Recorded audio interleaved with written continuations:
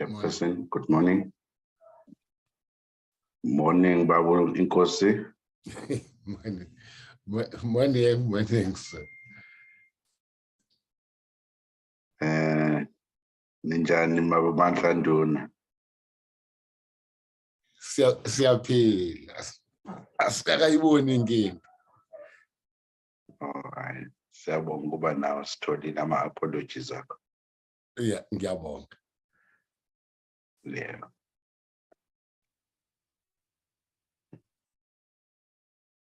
Morning, Honorable April. Goeiemôre, achtbare April. Ag, daar's dit nou. Goeiemôre, koning. Dis lekker om jou stem te hoor vanoggend. Ek is hier so en ek wag vir die vergadering. That's good. The day goes off just and then debate, meneer. Nee, verseker nie. Jy kan verseker weet ek is nie in die bed. Ek eet gou so ietsie. Ek wil net jy moet honger word terwyl ek eet nie. April met wie jy praat nou? Ninjani Baba. Ninjani Baba. Alles sent yakkies, Baba. As die dingetjies is mooi. Ja. Dankie. Goed. 100%. How are you? I'm fine, Baba. Siyaphila baba. Hayi kuhle.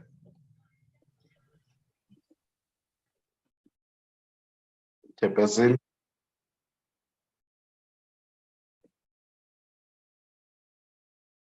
Yes, Braking. Minjani mama. Sikhona ninjani? Vuke swinene. Siyabonga. If you are ready, I think we can start, Chair. Okay. No problem. Good morning, honorable members. Morning, Chair. Recording in progress. We've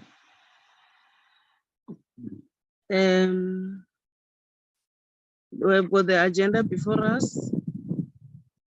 The purpose of the meeting is to get briefing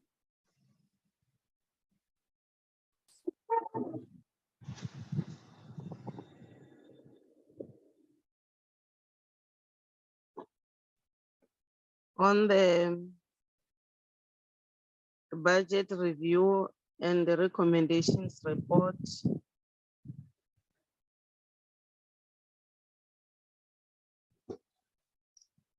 So without any waste of time, I will request that Comrade Braking tender apologies before us if ever they are in, but feel in the meeting, I'm inviting your constructive ideas, honorable members.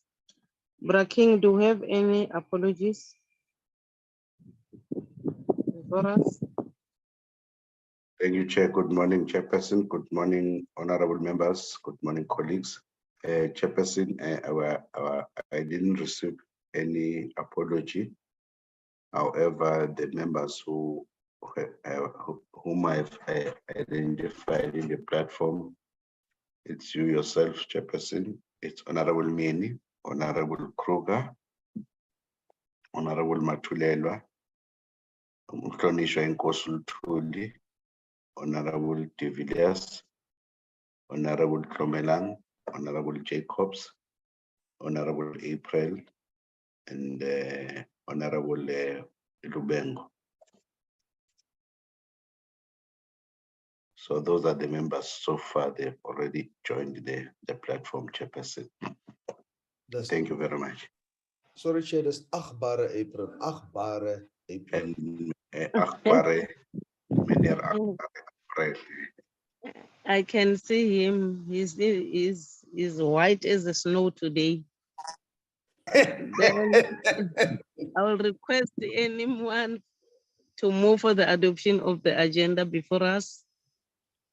Good morning, Chair. With your permission, Chair, I'm also available in the sitting. Thank you. Thank you. I move for the adoption of the minutes before us, Chairperson. There is a mover and a seconder, honorable members. Chairperson, I do second the move. Thank you, Honorable Libengo. We'll now zoom straight to the presentation. Over to you.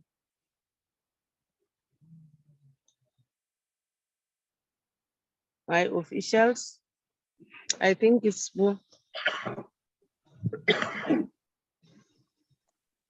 Yes, thank you, Chairperson. The report will be presented by Mr. Gomet. over to you, Mr. Gomet. Thank you, Braking. Thank you, Chairperson. Morning, honorable members. Morning, colleagues on the platform.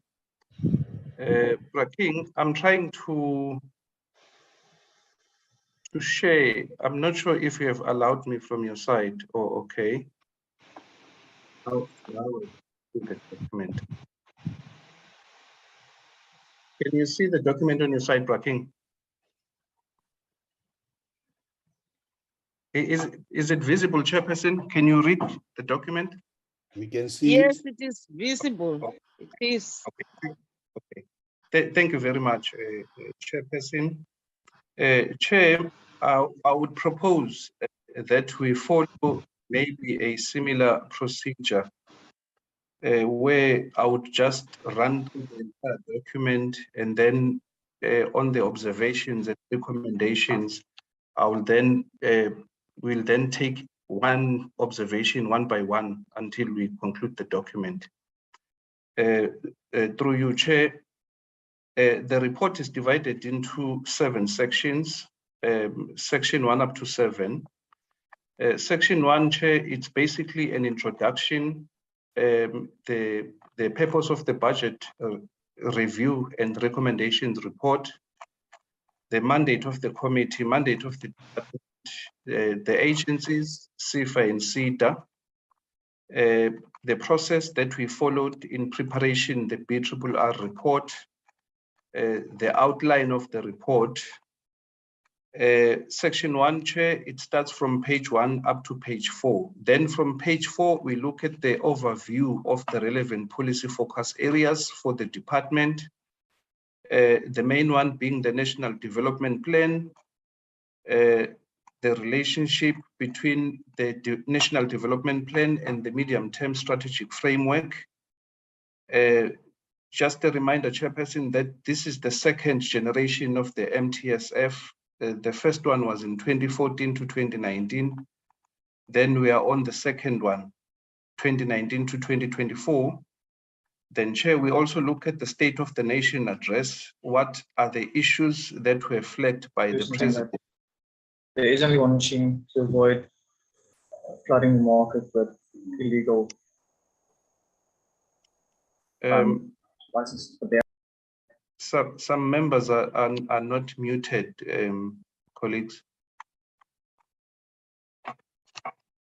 Then, Chair, we look at the State of the Nation address. We look at some of the policy imperatives that were outlined by the President, one of which was the bounce back scheme, the role of the DFIs, and the legislation, the Business Act, which the President announced one was in the process of being finalized by the department. Then the Economic Reconstruction and Recovery Plan, the department is still implementing this policy. The key priorities informing the strategic plan of the department and annual performance plans. The section 2, Chairperson, starts from page 4 to page 6. Then from section 3, we look at the summary of the previous recommendations. These would be the recommendations that the committee made in 2021 November. So these are responses from the department. They start from page 4. Sorry, they start from page 7 up to page 13. Then from page Then from page 14, honorable members, we look at the performance or overview of the financial performance and non-financial performance of the department. The budget that was allocated during the 2021-2022 annual report. We look at the annual financial statements of the department. We look at the programs of the department, which is program 1, 2, 3, and 4. We look at the expenditure per program. Then section 4 will end at page 21. Then from section 22, we look at the entities, both CFA and SEDA. Again, we zoom in on the financial performance for both entities and non-financial performance for both entities. Then the next section, it's the observation from page 29 to page 32. Let me go there quickly.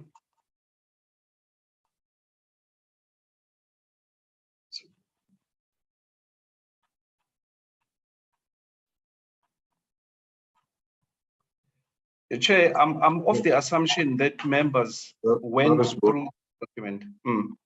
Sorry, Mr. Kumete, through you, Chairperson. To admit, I think it shows that your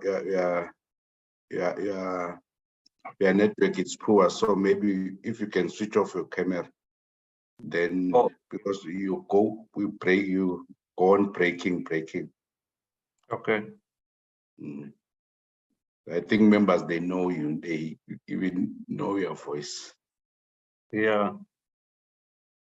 Okay.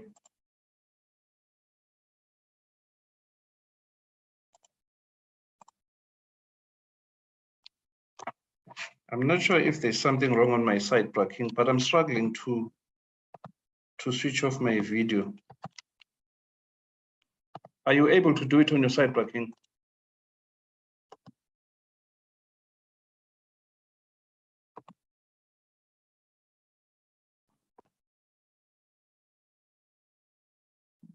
Braking? I'm saying you can proceed. I'll try. All right. You can proceed. Okay.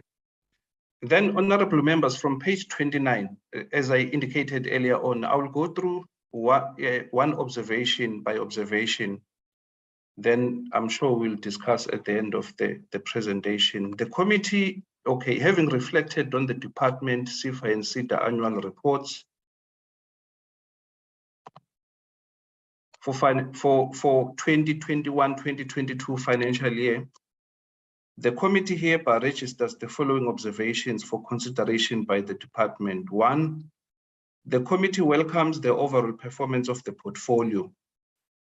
Achieving a clean audit opinion was definitely a high point for the department, whereas CFA and SEDA maintained clean and unqualified audit opinions respectively.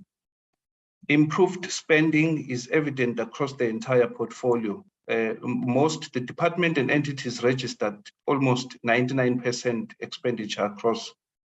However, there is scope for improvement from SEDA audit opinion, which has transgressed during the past 2 financial years.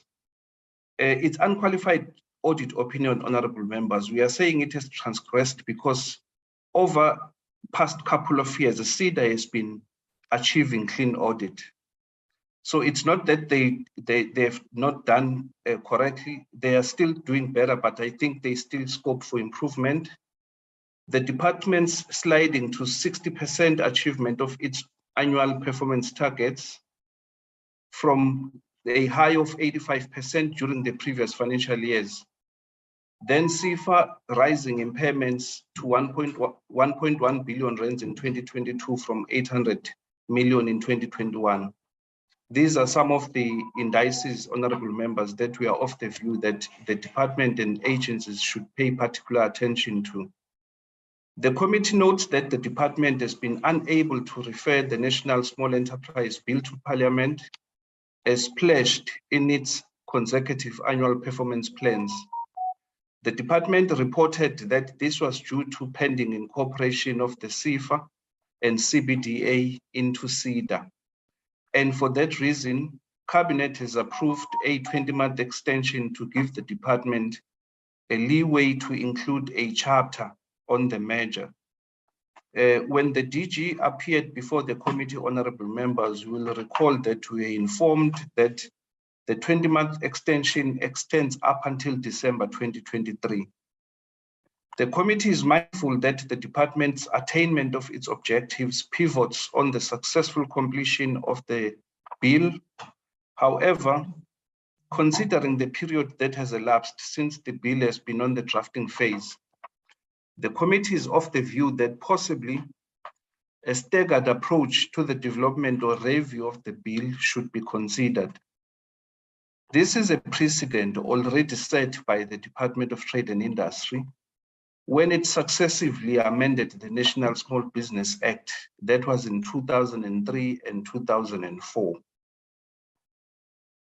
The committee further observes that the Business Amendment Bill to replace the Business Act of 1991 has still not been referred to Parliament, notwithstanding numerous assurances by the department to table the draft bill once all executive processes are exhausted.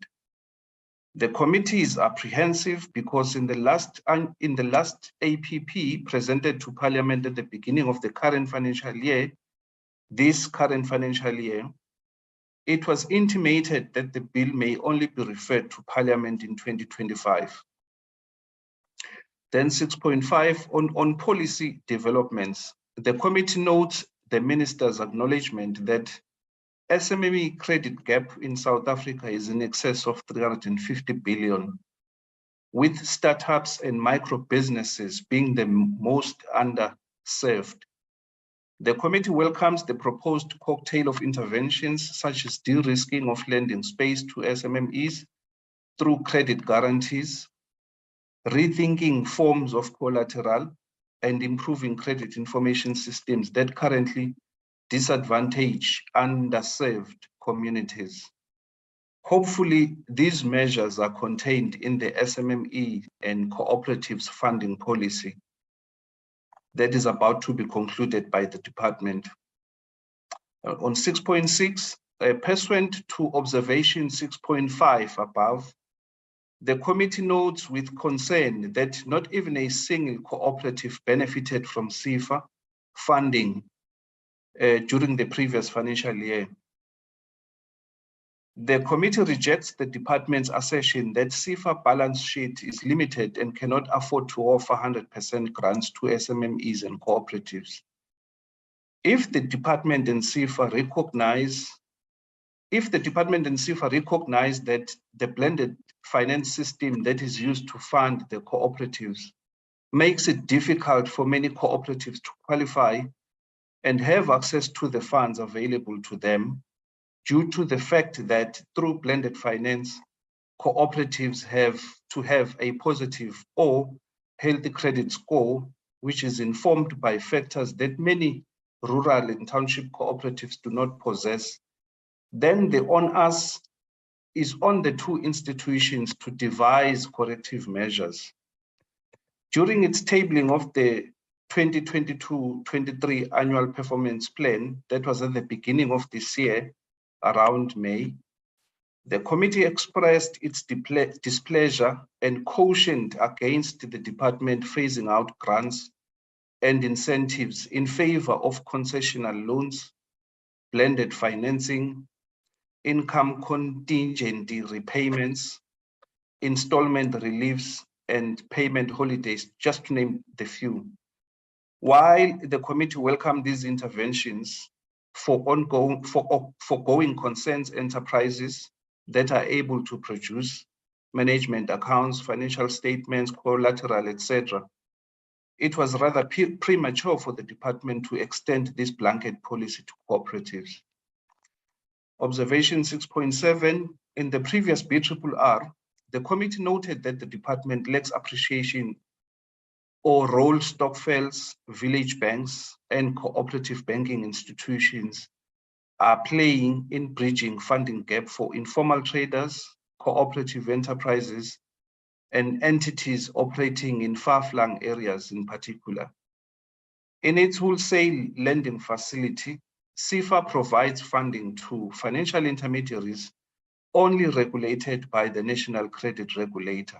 However, the agency has not investigated nor attempted to bring to the fold the cooperative banking institutions registered, licensed, and regulated by the Cooperative Banks Development Agency, Companies and Intellectual Property Commission, Prudential Authority, Financial Sector Conduct Authority. These are two institutions of the, or agencies of the Reserve Bank, and Financial Intelligence Center, to mention the few. These institutions, honorable members, imply a much more stringent oversight and consequence management. During the 5th Parliament, the committee had detected that some of these intermediaries CIFA worked with either went under, applied for voluntary liquidations, or their debts were written off while they still owed CIFA millions. Some of these, for instance, are Marang Financial Services. There is one called Red Mill Financial Services in Free State, and then there is one called Super Grand in Mpumalanga. There could be more. I'm just making an example here that these are some of the institutions that went under with CIFA's millions.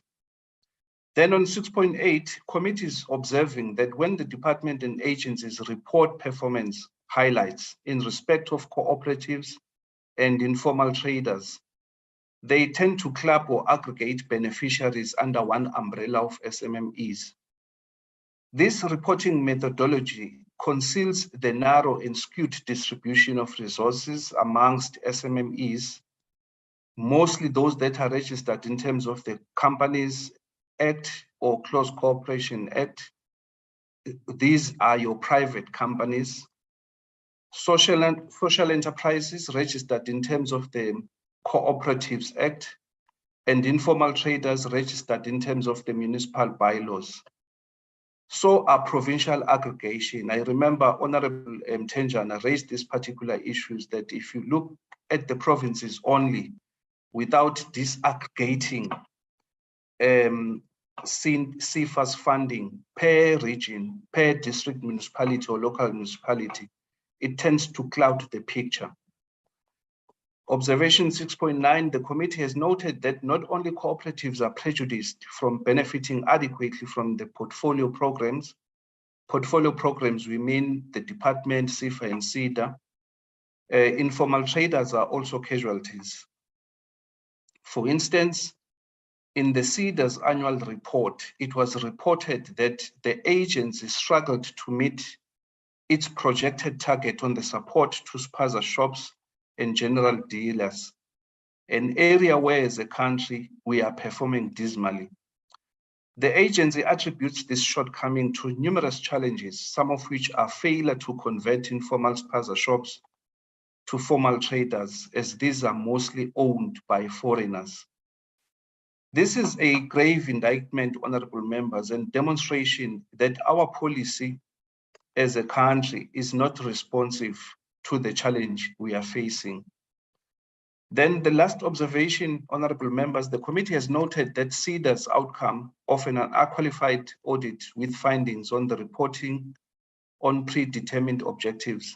According to the AG, the audit outcome has regressed to an adverse opinion with findings due to the extent to which the majority of performance indicators were not measurable and reliable.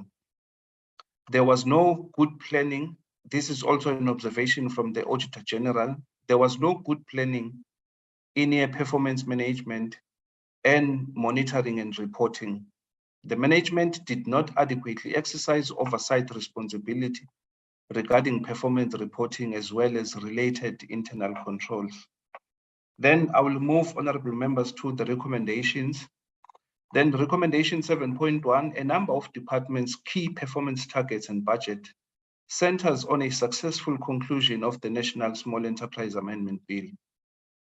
These include, but not limited to, the major, which must be supported by an act of parliament, the creation of a statutory entity such as Small Enterprise Ombuds Office, the definition of the term small enterprise, and creation of the Small Business Advisory Council, among others. In terms of the estimation or timeline provided by the department recently, that was when the department appeared before the committee to present its annual report. It was inferred that the bill may only be ready for referral to Parliament by December 23. Honorable members, we are basing this on the basis of the 20-month extension, which runs up until December 23, meaning there is no obligation on the part of the department to submit the bill before December 2023. Hence, the committee is of the opinion and recommendation that in light of a variety of challenges besetting small enterprises and hundreds of complaints from the sector before the committee, a segmented approach to review of the bill should be considered.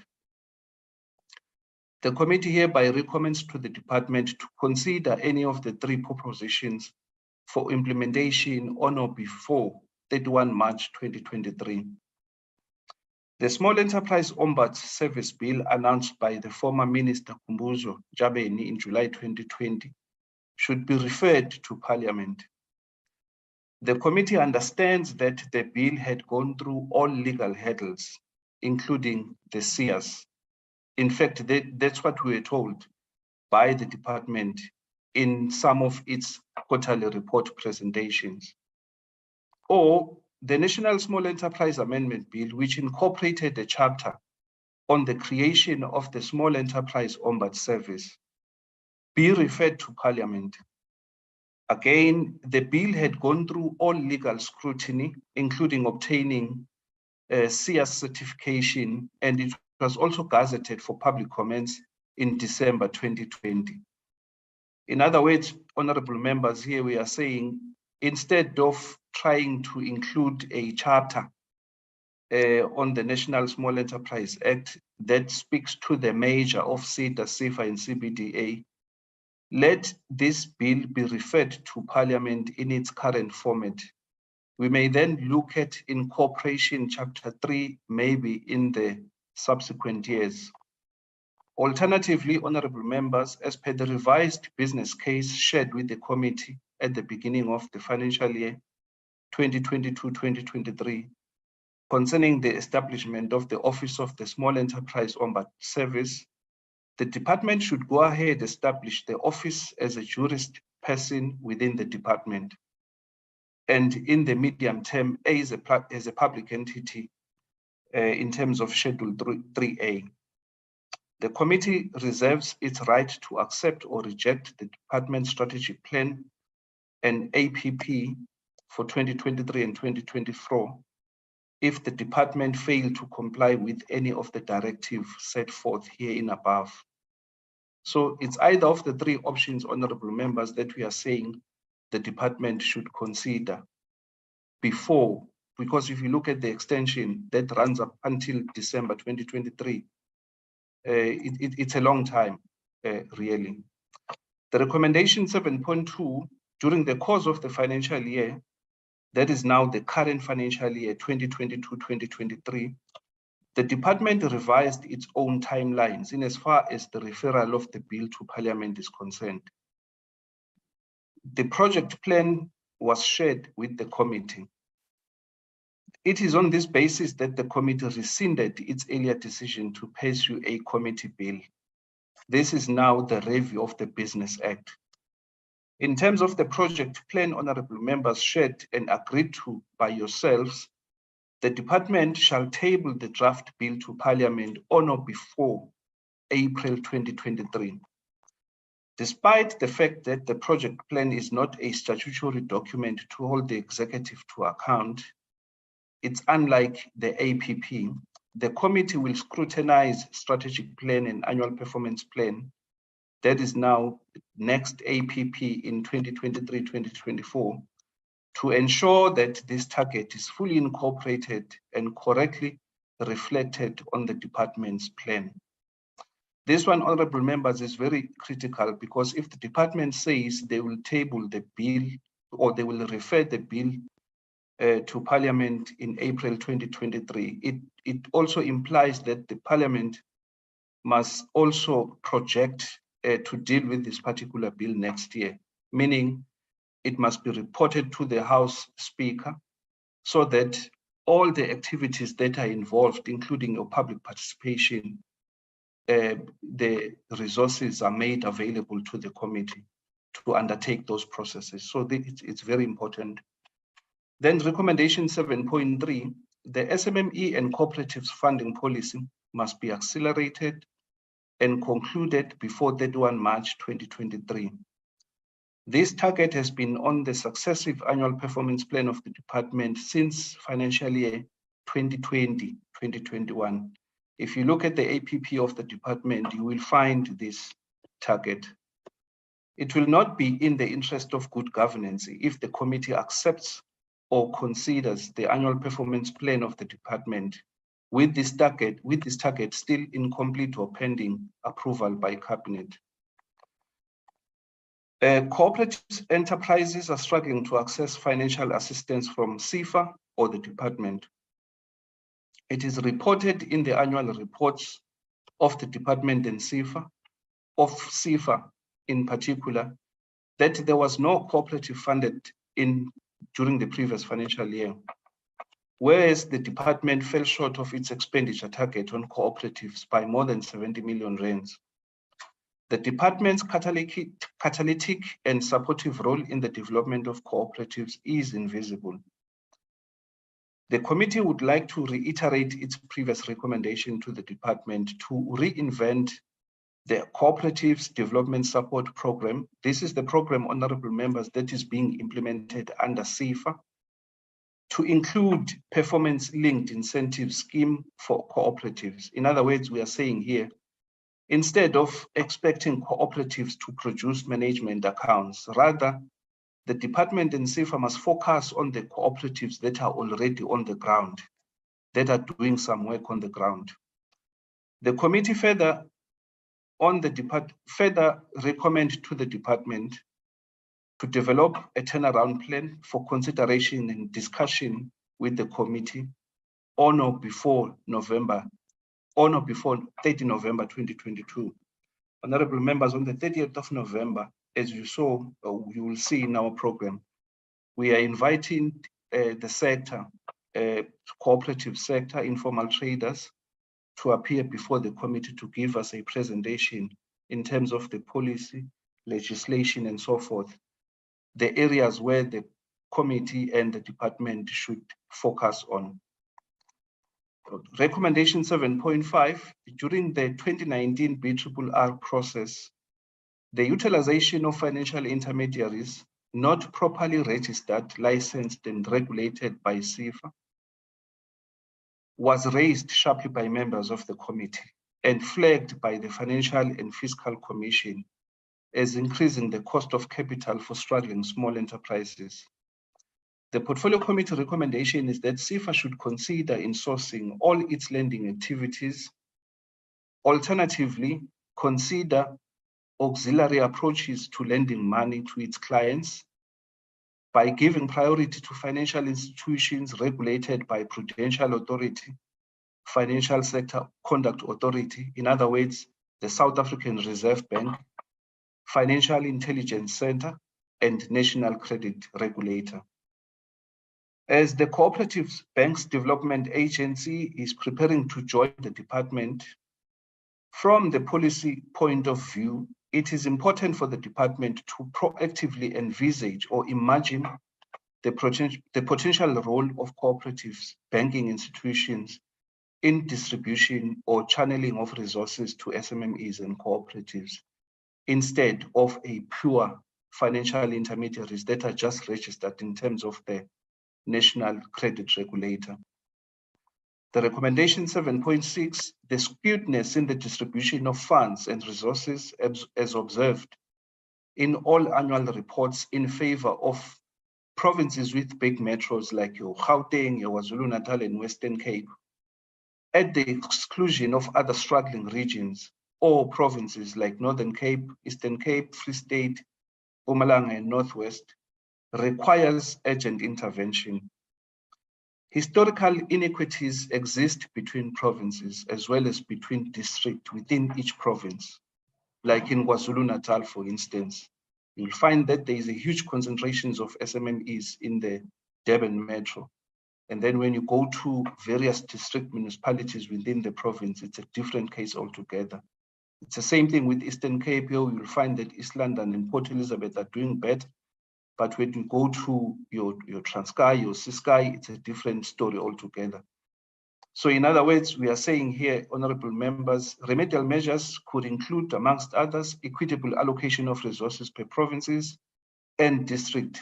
These must be reported on the quarterly and annual reports of the department and entities, per province, per region, or per district municipality, so that members could get a clearer picture on where exactly is the department spending its money.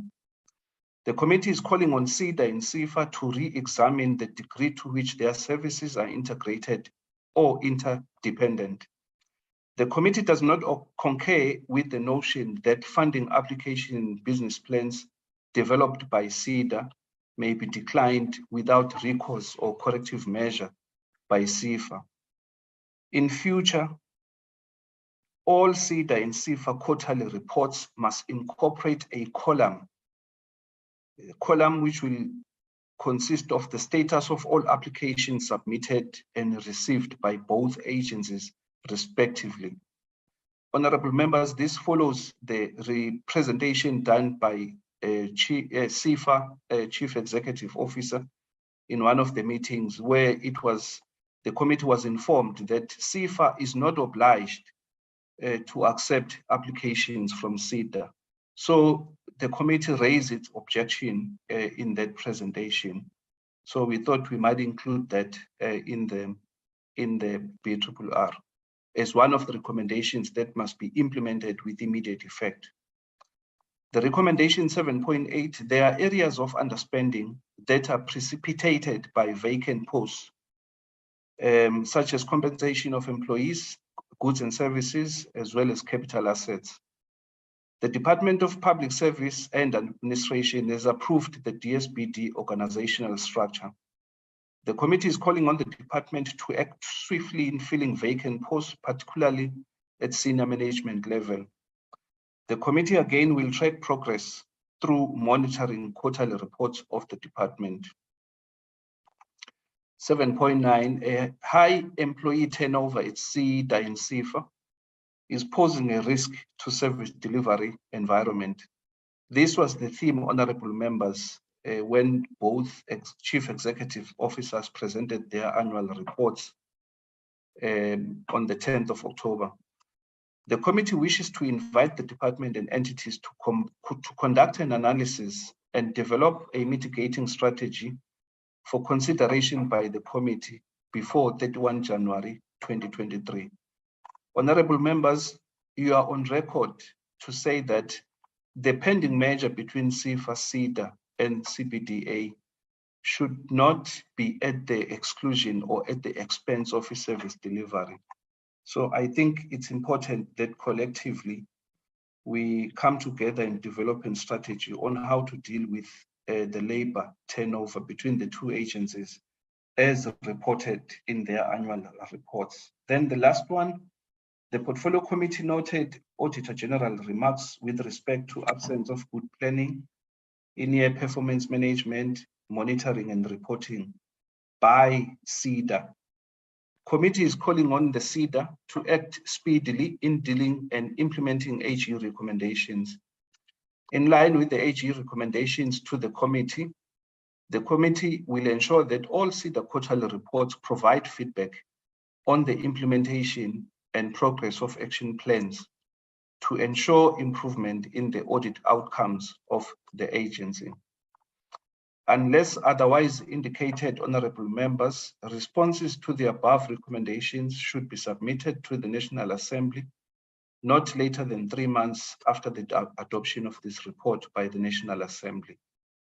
report to be considered. Let me pause there, Chairperson, and then I will clarify or take questions if perhaps members need clarity or further information. Thank you. Thanks, Honorable. Thanks, Smo, for the presentation. I'm now inviting members. King, are you speaking? No, Am I Chair, audible? yes, you are audible, Chair. Thank you. I'm saying thanks, Mo, for the presentation. I'm now inviting members to make some input.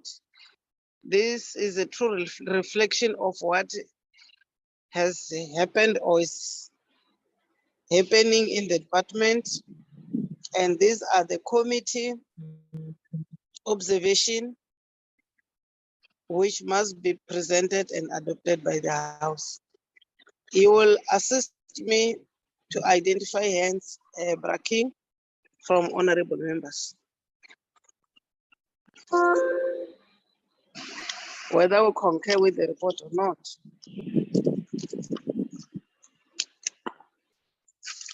Yes, Yes.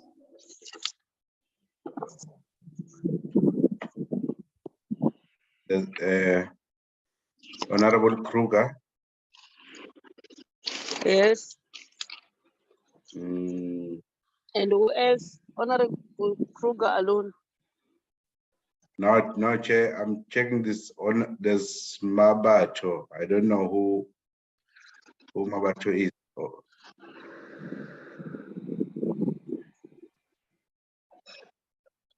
And then there's Honorable April.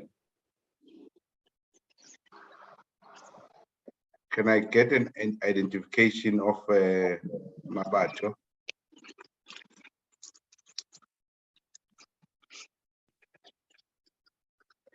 King, I also raised a hand. I don't know whether that's the one that is written Mabato. Okay, yeah, I'll rename it. So Chairperson, it's It's Honorable Kruger, ne? Honorable Kruger, Honorable Mtenjane, Honorable April, Honorable Matulelwa,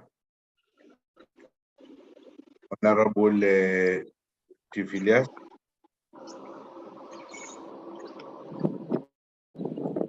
Okay. Honorable Zumula, then Honorable Jacobs. Okay. In that order, Honorable Kruger, can you start, please?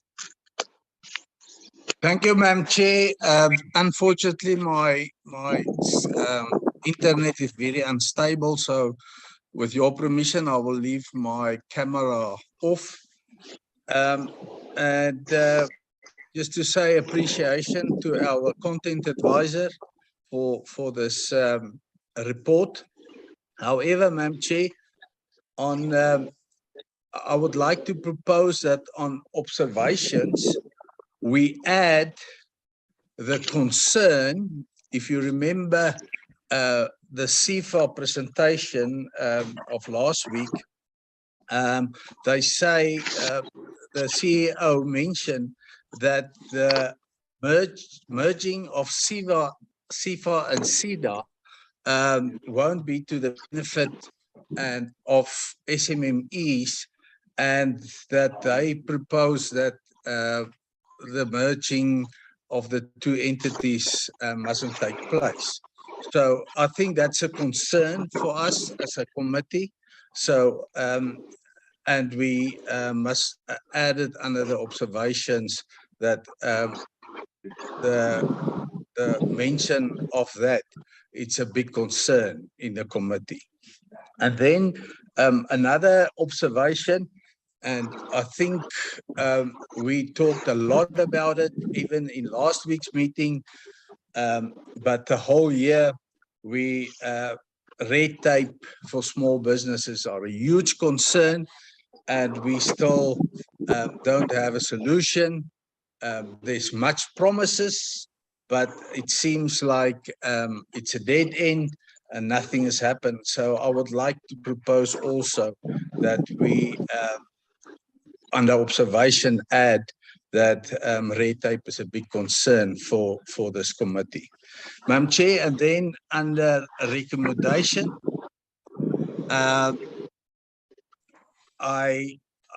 on 7.2, it stated that the committee rescinded the decision to table a committee members bill. I can't remember that we ever did that.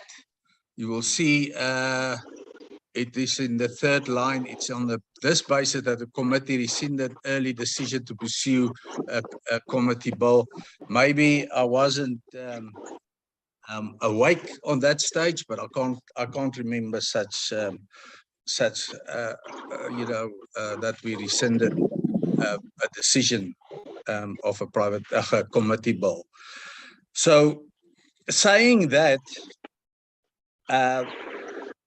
we must also remember that the committee in the 5th Parliament already decided to table a committee bill on the Ombudsman after the private members bill of Mr. Honourable Chance, or Mr. Chance at this stage, was not found, what I call it, acceptable. The committee actually in that meeting decided that we're going to table it as a committee bill. So, and that is why I want to propose that in our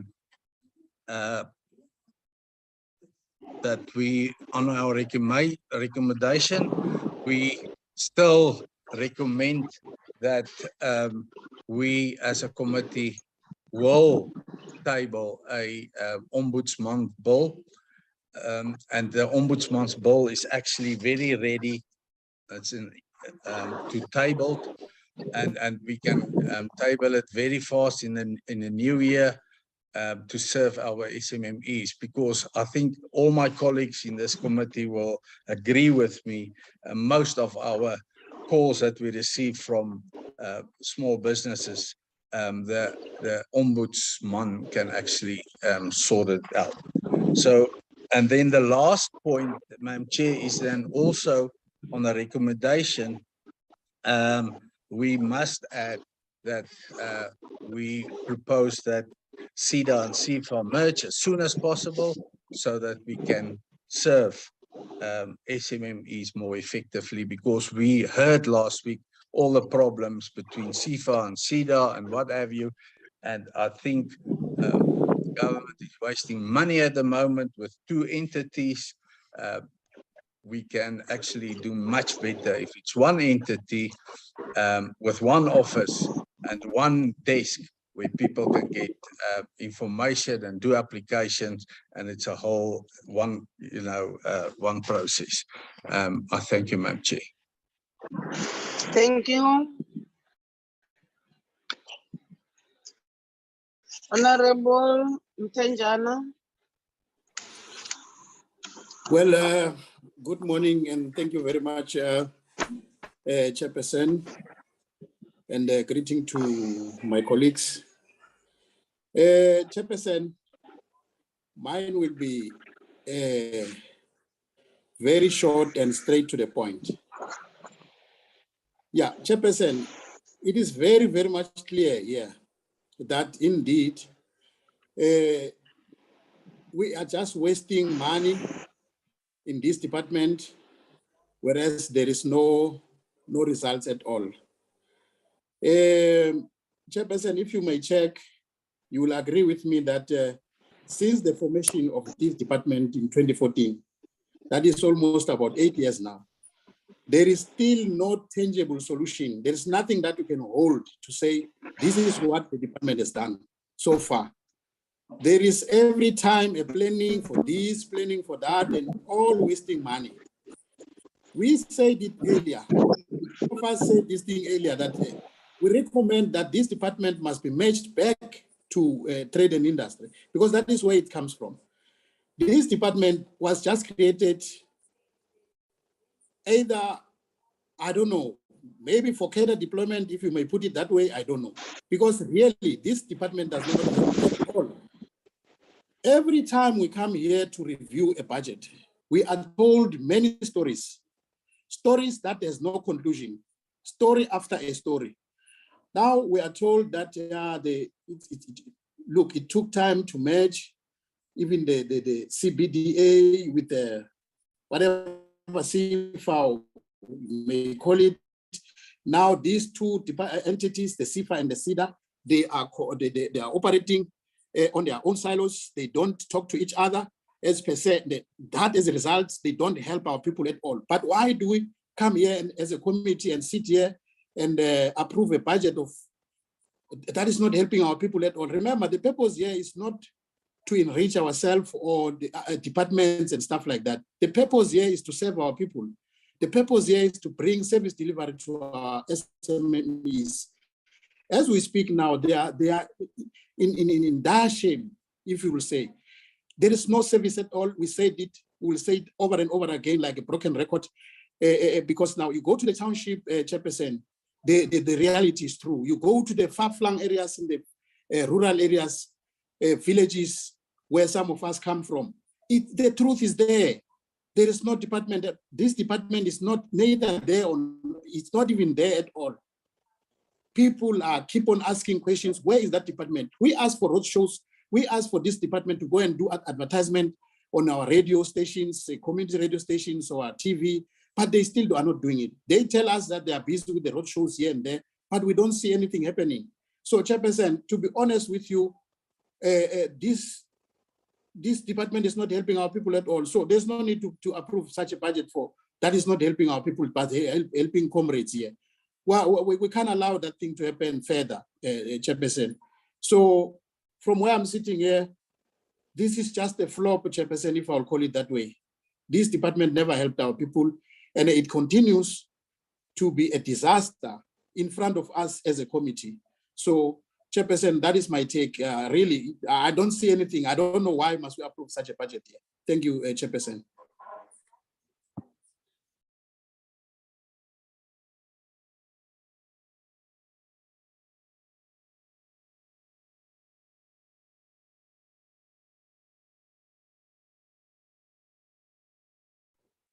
Chairperson, thank you very much. I'm done.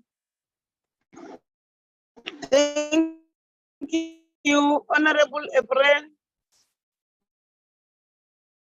Chairperson, thank you very much. Chairperson and my colleagues. Let me first start by appreciating the report that was given by the department, specifically looking at the recommendations and the work that has been put in to put this report together. There's a lot of the things that I would have wanted to say that has been touched before, but Chairperson, mine to make is that, you know, since we came into this sixth administration, we never did any proper oversight over this department. The only thing that I know that we have done is gone when there was the burning there in KZN, where we did a little bit of something. The department continues to go to places like London and everywhere else where they are taking small businesses. We hear about that. One would have loved to do some oversight over how the money of the government is being spent on these trips that is being taken overseas, to see what is happening there with these funds that's being spent. You know, they've been overseas last year. They are going now again next month to London and so on and so forth. It looks like it is just becoming trips and trips, and we are here to approve these kind of shenanigans to happen without us doing any kind of oversight with regards to the government's resources as it pertains to that. And one of the things that one would want to see is a question of oversight and going to the actualities. That's why you would hear honorable members say that there's nothing happening because we don't see it. And there's no way that we are going to say that something is happening if you don't see something happening, if you don't do the oversight. The due diligence that the department is doing is one, but we've got a fiduciary responsibility to do oversight, report to Parliament, and do oversight over the the minister and the department, as it were. And I think we are not playing that role, and I don't see it in the report highlighted in terms of that.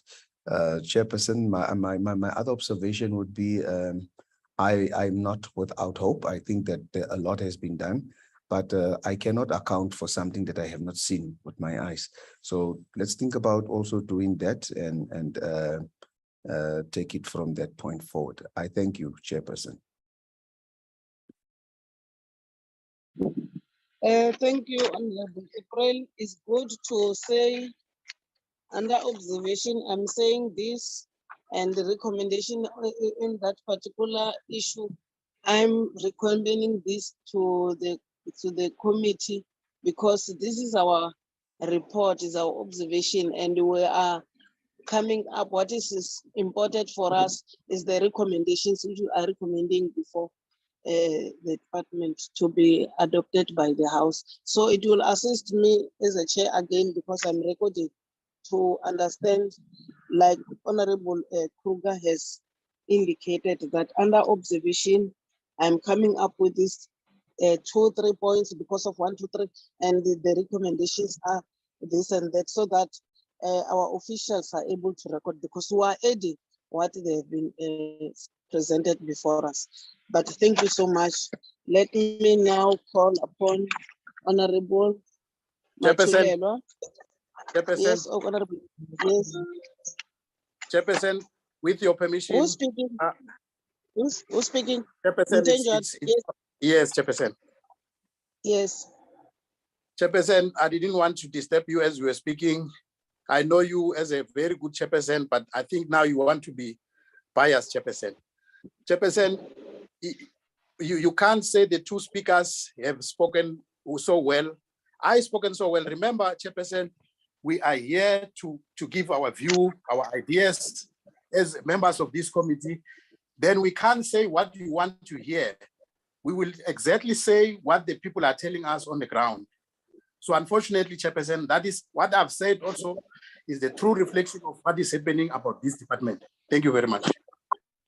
Honorable Ntenjana, I can't say you are out of order. I'm trying to say I want those recommendations from your good self to be recorded.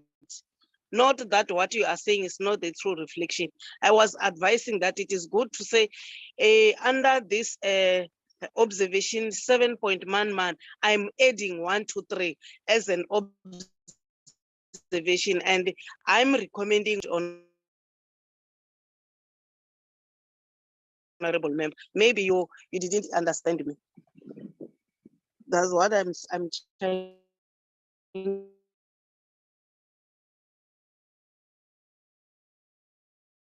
to indicate.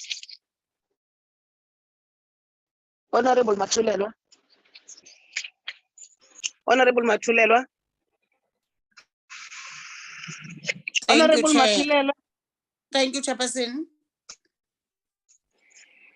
A network is a problem to everyone here, if I may say. Do you hear me? I can hear you, Honorable. Yes, I can hear you. Thank you. You are audible. Thank you, Chairperson. Greetings to honorable members. Really, I concur with my colleagues as well when this thing of the department really is stressing us that the department is doing everything without our knowledge and of the department. The department really under this minister it's a bit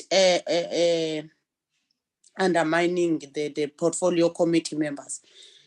That is why we are saying that the budget for this department that is operating in a suspicious approach that has never been witnessed by us as portfolio committee members in a form of oversight. If you remember, Chairperson, we did not do any oversight except that of Gauteng and Durban of the unrest. We did not do any oversight also as well. We disaster. The disaster and the floods that happened in KZN and in Eastern Cape and wherever in the country, there is no oversight because I thought we are doing a uniform work that I believe that the oversight that I was part of a unrest, it was something that it was something that was good because we heard from the victims on how and on how the damage is and everything else that is affecting them directly without assuming what they want and what they need, and meeting some of them in our constituencies. But the department has got an obligation to visit each and everyone, to have each and every case of the people that are the victims, as well as abantu abadinga ukusizwa ile department.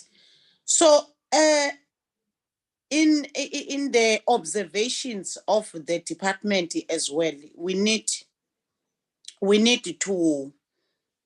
to say that the department is not working hand in hand with the portfolio committee members, is operating in its own. That is why we are always coming here and say that we need also to be part, and we need to know the program of the clear program of action of the department. Just like the IDPs in Imbizos at the municipality levels. You get a budget, you see what is going to be done where, by what time. So I also recommend that this department really must go back to trade and industry, because by then it will be very much better there, because trade and industry as well, it takes care of the businesses that are trading and the industries that produces whatever that is being sold in business. This is just to add a portfolio committee or a department just to get some spaces for some of the comrades to have titles and everything else, because you can see that really we are here for the sake of being here, but not a part of it, and we are always complaining. There is no clear program. SIDA and SIFA, more especially the SIFA, they are just coming with presentations here. We don't see anything that changes our people's lives there in small businesses. So, Chairperson, without dwelling much, I'll just say that we can't even adopt the report. We can't even adopt the report that is like this, because it's not even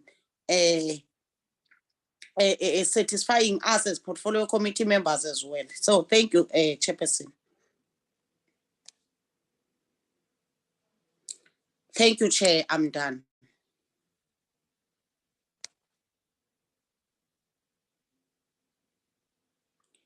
Yabona ke njengoba ndithi masiyeni physical. That's the issue. Because uChairperson takes time to hear us as well. Everyone uyakhiqiza kunobukhekeke be-network.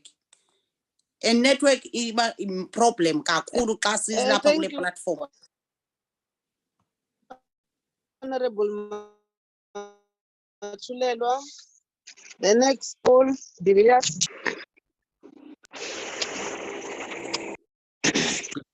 Chairperson, and good morning, honourable members. Firstly, I would also like to just thank officials for the report that was put together. It's a very thorough report. The only complaint that I have is that it was only sent to us yesterday. And I do think it would be more reasonable to give us at least 48 hours to go through it properly so that we can be better prepared. You know, we had less than 24 hours to read through it, and I would like to really ask that important information, not just this report, but all reports in future, get to us earlier. We seem to always just get our information either half a day before the time or sometimes even on the morning of the meeting. And I really don't think that we can do our jobs properly if we don't have the right information. We'll get it to time. Then secondly, I would actually like to just take time to support the view of the previous speaker and honourable member.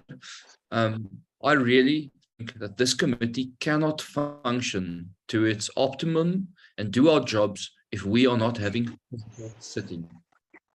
Zoom was a COVID measure. I do not understand why we are still using the digital platform when we can sit and look each other in the eye, when we don't have network interruptions, and we can actually get down to the business of this committee with each other and not do it across this platform. So I would like to really urge the committee, the chairperson, the recommendations, everything. I would like to urge, we need to get back to physical sittings as soon as possible. We cannot do our jobs if we don't sit in the same room, look each other in the eye, and actually have proper debate and do a proper job like we're supposed to do. Then something which has been mentioned quite a few times in quite a few numerous meetings, which is still something which I don't see, is we really need to make sure that the recommendation that we have oversight over beneficiaries of all COVID relief schemes, including the bounce back scheme, that we understand who those beneficiaries are, that they qualified, that there was a process, what the process was, and that there were checks and balances to stop things like giving out aid scheme to potential members of the actual department or their family members, as we saw with some other COVID relief that happened. So I find it really difficult for us to do one of our most important oversight functions if the information about millions of rands of relief funding and who those beneficiaries are and how it was dished out is never really explained to us. And we are just told, you know, it's private information. That's nonsense. Taxpayer money is being used for that relief, and we have an obligation as this committee to do proper oversight and have input and insight into how that taxpayer money is being spent on relief. And with that, I would like to just say that the DA reserves our position on this report. And thank you, Honourable Chairperson.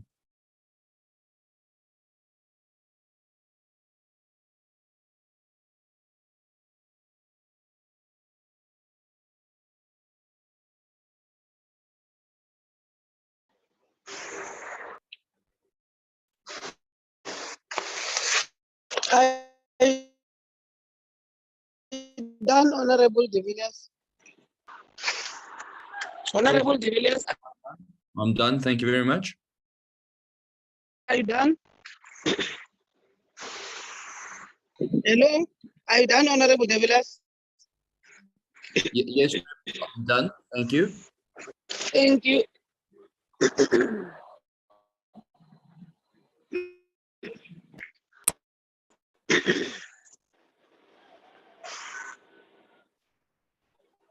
Honorable Zungula, the stage is yours. Morning, Chairperson. Morning to the honorable members, the support staff, and everyone. Chairperson, I think my first recommendation goes to the committee, particularly yourself as the leadership, as a chairperson of the committee. I would recommend, Chairperson, that this committee does not an impression that it is a virtual committee of meetings, because our role is far bigger than. If I was looking at the program for the committee, it's virtual meeting after the other.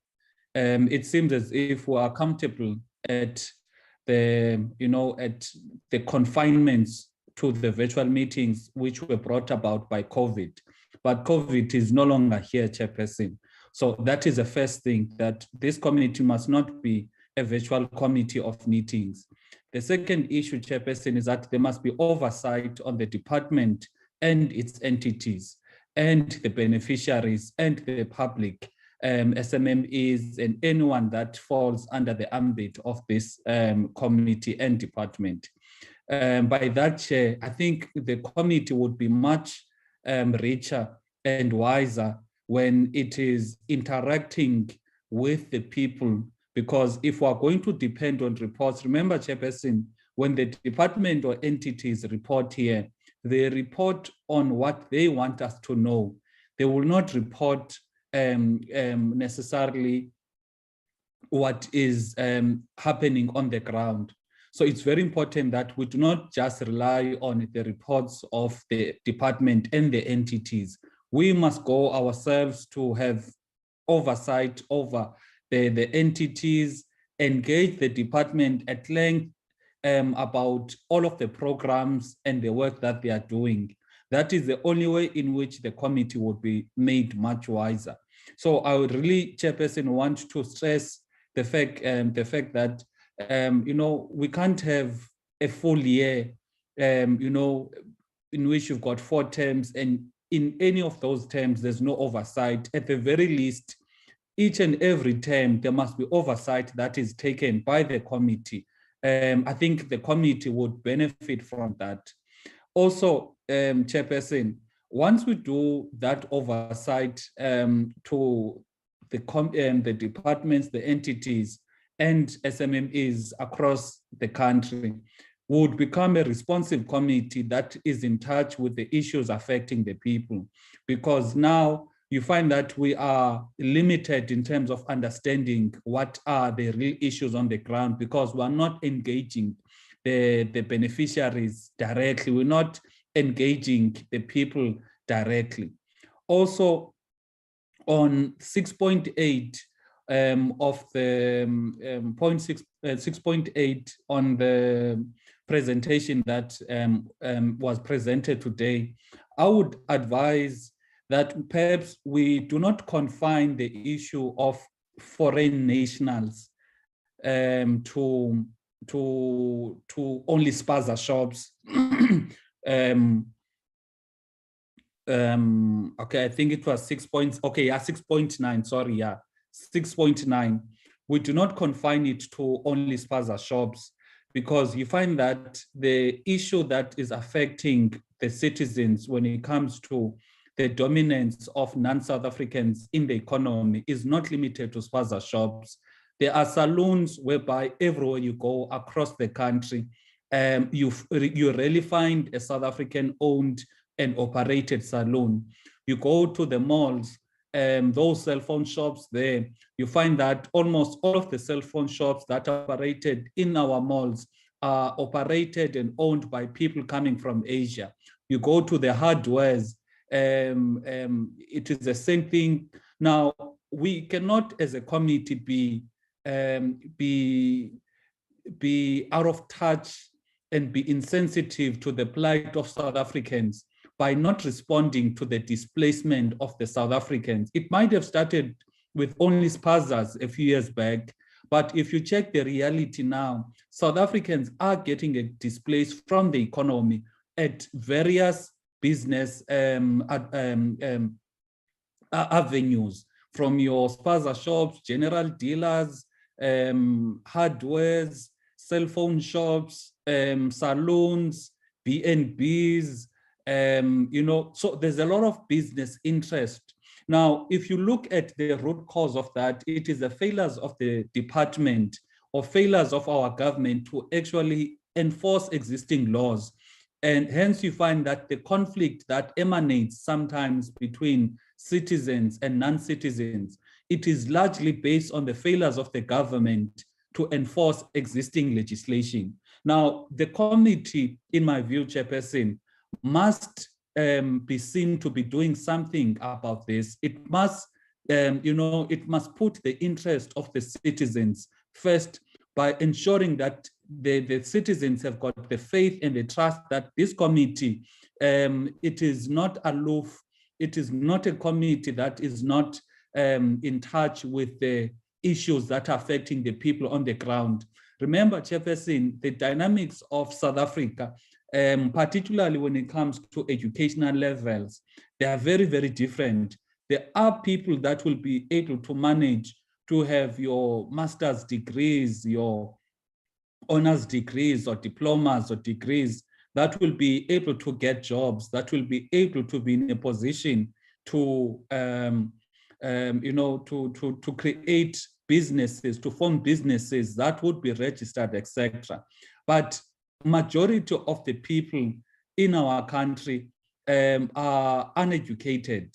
And that is the reality on the ground. So majority of these people will depend on the informal sector or in the informal economy as a means of making a living.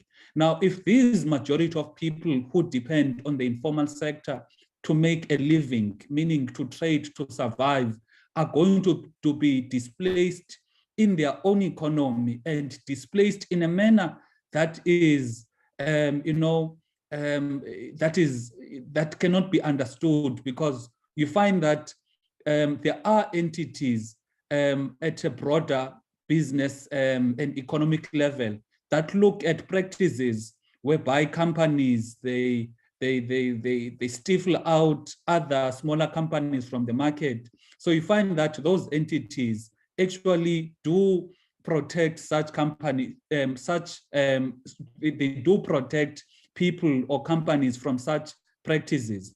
But when it comes to the informal sector, there is no entity that is looking at the collaboration that would be made by, for example, Asians who work together and displace local hardware owners from the economy. So there's no one that is looking at that. So that is why, Chairperson, I really want to stress this point that let us look into, sending a very strong message that this is a priority, not only to the committee, but we also enforce that the department must take this as a committee.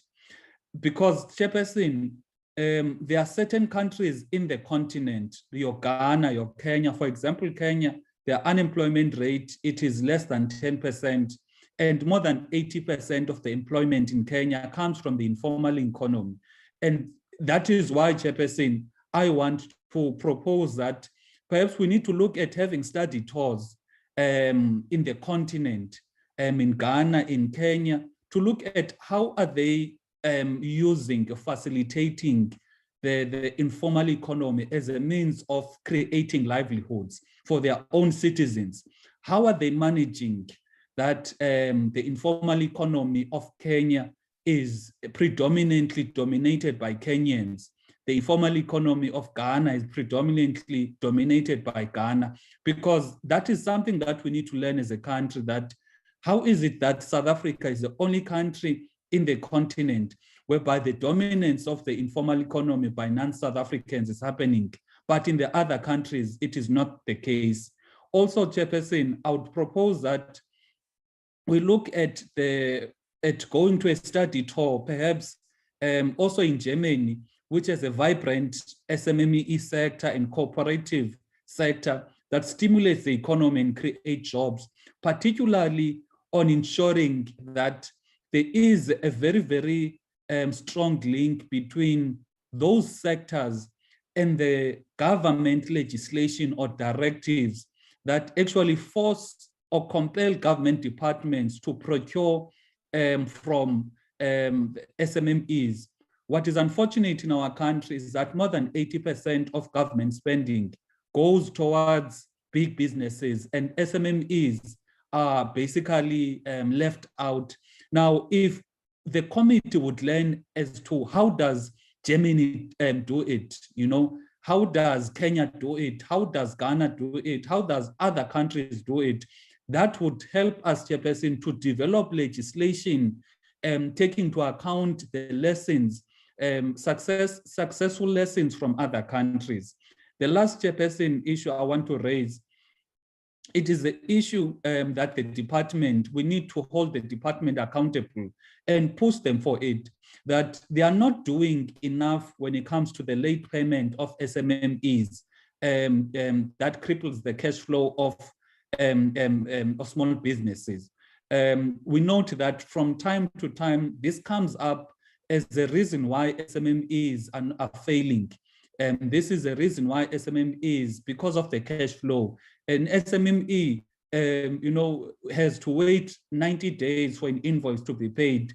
But the department should take this as the priority, fight whoever that they need to fight, call for harsher punishments for departments or entities that, you know, basically contribute towards the failures of SMMEs by paying them after so long. So that is another issue, Chairperson, I would want to raise, that we need to, it must come up as from our side as a committee, as a key concern, the lack of action from the committee, from the department about the issue of the late payment of SMMEs. Thank you, Chairperson.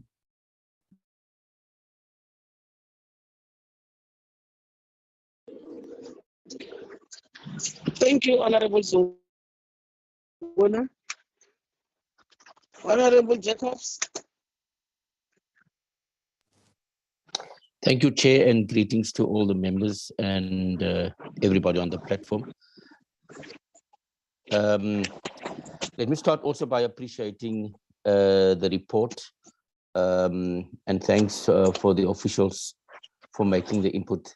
Chair, there is a noise, so I'm getting distracted. Yeah, okay, let me proceed. Chair, so Hello? I think I can hear you. all right. Chair, I also want to just comment on some of the inputs. Let's start with the bill. I share the sentiments that the National Small Business Enterprise Bill and the Ombuds Bill, it's something that has been delayed far too long. I share the sentiments that the Ombuds Bill can be taken through our process. So I share the sentiment with Honorable Kruger that we need to keep the department more accountable on the bill. Okay, this recommendations is now, we do these recommendations every year. And I'm quite keen for us to have in this latest version of the recommendations an account of have the minister or the department actually implemented our recommendations and observations in the past. Because you see, we can talk, and I think the sentiments of a lot of members is that there's a disconnect between our recommendations and observations and actually the department implementing a lot of these things. I think the department has failed us on the legislative framework for small business. And I think we also have been weak in our oversight to effect a legislative framework. So there must be that responsibility and accountability for our people. Things are happening, small business, informal traders are happening despite the type of work that we're doing. And I think whilst we must acknowledge the department's steady progress and the 2.5 billion rand that it spends and the areas of improvement, I think we need to look at the bigger case. I don't share the sentiments that we must continue this black on black violence and hatred, self-hatred between Africans and brothers and sisters and not deal with the real elephant in the room. The real elephant in the room is that our poor communities are fighting for the scraps of economic participation whilst we're not dealing with the big challenges of market concentration, of cartels, of the gangsters upstairs in the economic food chain. I think that is the fundamental issue. And we need to find a mechanism. And sometimes I think Mr. Gumede, I think we must look at what are the type of recommendations. Do we legislate? Do we get a more stronger political will to deal with it? I mean, we raised again the issues on the financial spend. Let me just go to the 7.3 talks about the funding policy must be concluded. Why is it taking us so long to have this funding policy? It must be concluded only on the 31st of March. Why is it that we can't just get the act together? Because funding is it's funding and access to markets and access to infrastructure remain the biggest challenge. We've been saying it till infinity, but we're not getting a grip on this. Should we call all the financial sector, the entire financial sector in and say, why are you not helping our entrepreneurs? Why can't we get, because government needs to do, we're already spending 3 billion, 2 billion a year on small business. That's not enough.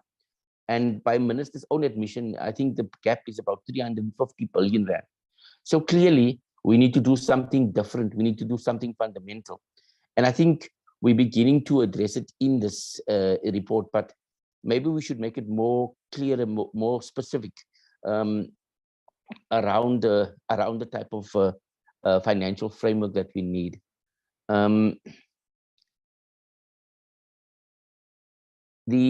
The recommendations on the Financial and Fiscal Commission, I think it's 7.5, also talks about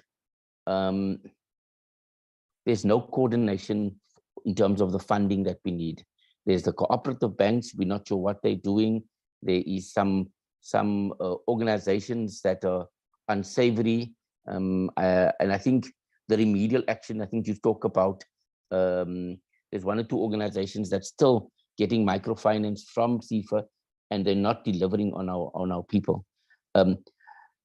Look, the loan sharks, the Amazonis, all of those things are still rife despite the National Creditors Act. The banks are also doing not reckless lending, but also still charging exorbitant rates for our people to access funding. I think I want to support all of the recommendations. I think for me, it's very important that we push on the financial framework, we push on the bills. I think the one point I want to differ slightly with Honorable Sungula is that we can't legislate economic classifications. You know, people are struggling, and for me, the key thing is to create opportunities. The township economy must be written in, and there must be an inclusive economic growth. Now, yes, government needs to do more, but I think the one thing that we do, we can't say to South Africans, the solution is to break down a store from an honest person that's doing a hard day's work and loot it and have criminals going around and taking shops over, charging extortion. That's not how you do business. And we must never condemn that. So what is happening in our townships now, under a political guise of fear and loathing and othering and shifting blame and blaming foreign nationals who is actually doing a hard day's work, why don't we, instead of burning everything down, looting, and just using mob justice to justify criminal activities, why can't we sit with local associations? Why can't we sit with the Somali and the Bangladesh and the local communities and say, look, guys, we want to work in a cooperative way. We can find a win-win situation here. Let's find South Africans, because we've already legislated that funding is only allowed for South Africans. Now, are we going to do the same? Are we going to say to the German investor, you're not allowed to come here? Or are we just going to be racist and say, no, we don't want Ghana or Nigerians to work in our economy, but yes, we want Americans and we want the British to come. Business doesn't work like that. We need to create a safe environment where everybody pays their taxes, where everybody complies with the legislation, where everybody pays the minimum wage, where there's basic conditions, and business is able to thrive. And if I'm an entrepreneur, I bring my own sweat equity, I bring my own capital, and I work. You can't punish me because I'm a foreign national. It doesn't work that way. So I think what we need to do instead of is to create understanding, is to work with. So if the model of the Somalis is really good in the townships, why can't we as the department call the Somali Association and say, look, what are you doing differently? How can we ensure that we get equity ownership in this? Because we don't just want to be consumers, but there's also a paradigm shift of South Africans that we need to change. South Africa has been largely supported in a welfare state. And so we need to get our young people, those that can work, opportunities that they can move away from waiting for the handout to getting a hand up. And I think that is a different thing that we as the entrepreneurial department must do. We must, yes, say, give opportunities for young people and marginalized communities to take the opportunities to be entrepreneurial. But entrepreneurial isn't a handout. It is hard work. It is consistent work. It is taking your breaks, but at the same time, building your business. And I feel sometimes South Africans are just wanting to break down. I may be exaggerating or generalizing, Chair, and I apologize for that. But I think what we need to be more is let South Africans take the opportunities, let us work in collaboration with different agencies. Let's find a framework where we can get business back in our townships. But the big challenge, and I think it's not written in here, is how do you keep private capital, big capital, white capital, monopoly capital, whatever the words you want to use, how do you get them accountable? How do you get the big banks, the 4 banks in and say, look, guys, something's got to give. You're making maximum profit on the JSE, but you're charging exorbitant rates. Or we must say we must tax the rich more. Or we say to the pharmaceutical companies, your profit margins are too big. Or we need to get to that point, Chair. Or the data companies or the cell phone companies that's charging exorbitant rates. Because if we want South Africa to grow, if we want the unrest to stop, and if we want stability, we need a governance that is ethical, that's responsible, that's decisive, that's hardworking. But more importantly, we need a private sector that is patriotic to South Africa, that's caring, that is ready to put back and plow back. And so, Chair, I am supporting this, we support this recommendations and observations, but I think with the inputs that members have made, I think we can enrich this recommendation. And we also urge the department and the ministry to be much more responsive to this report so that we can hold them accountable indeed, Chair. Thank you very much. Thank you, Honorable Jacobs. I believe our officials have jotted all the additions, observations, as well as recommendations alluded by our honorable members in this regard. And I also want to support all the observation and recommendations by members, more especially on the issues of the bill, as well as the issues of oversight and benchmarking alluded by Honorable Zungula. I think we wanted to visit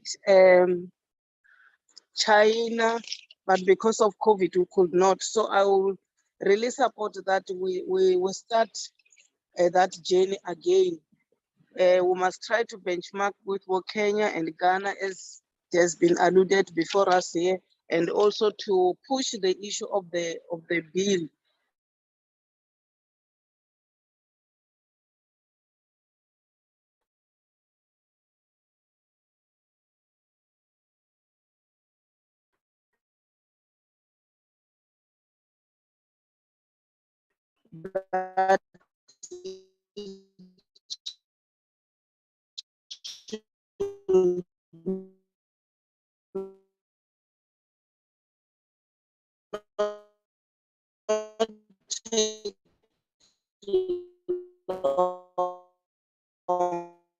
But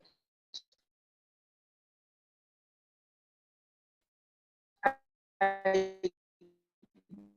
think what is more critical importance. Honorable members, measure the implementations of our recommendations is very, very sensitive for issues of relief debt. To check, we're checking the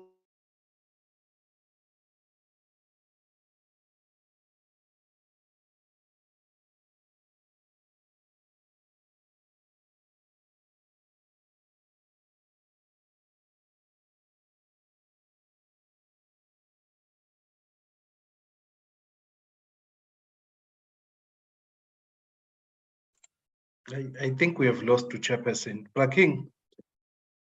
honorable members, can you hear me? Yes, it kicked me out. I'm back.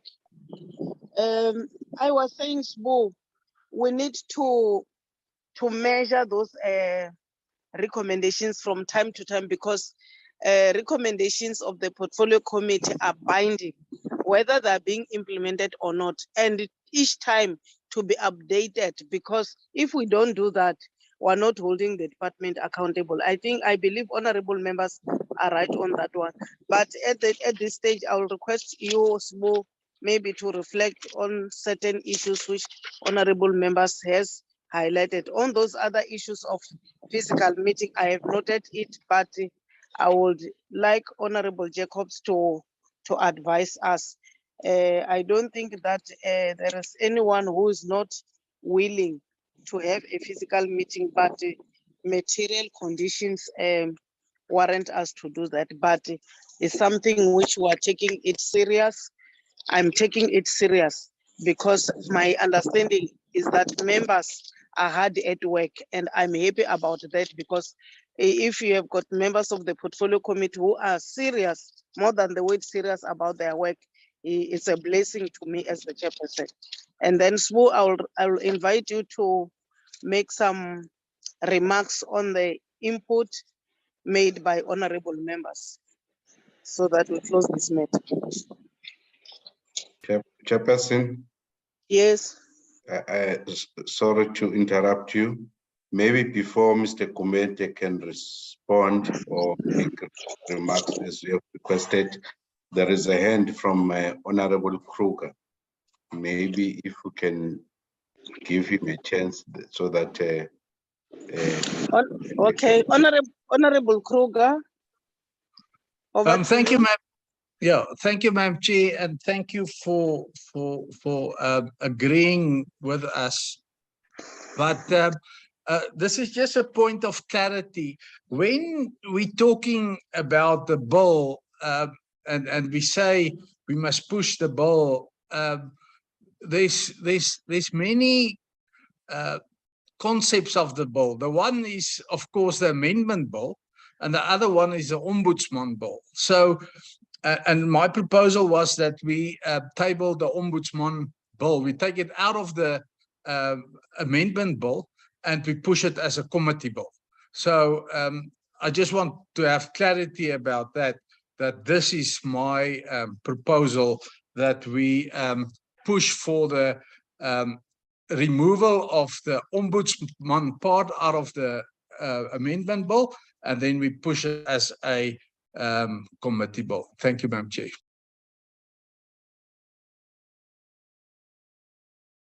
Thank you, Honorable Kruger. I believe even in the beginning, you were loud and clear. Let me now invite our content advisor to make some remarks.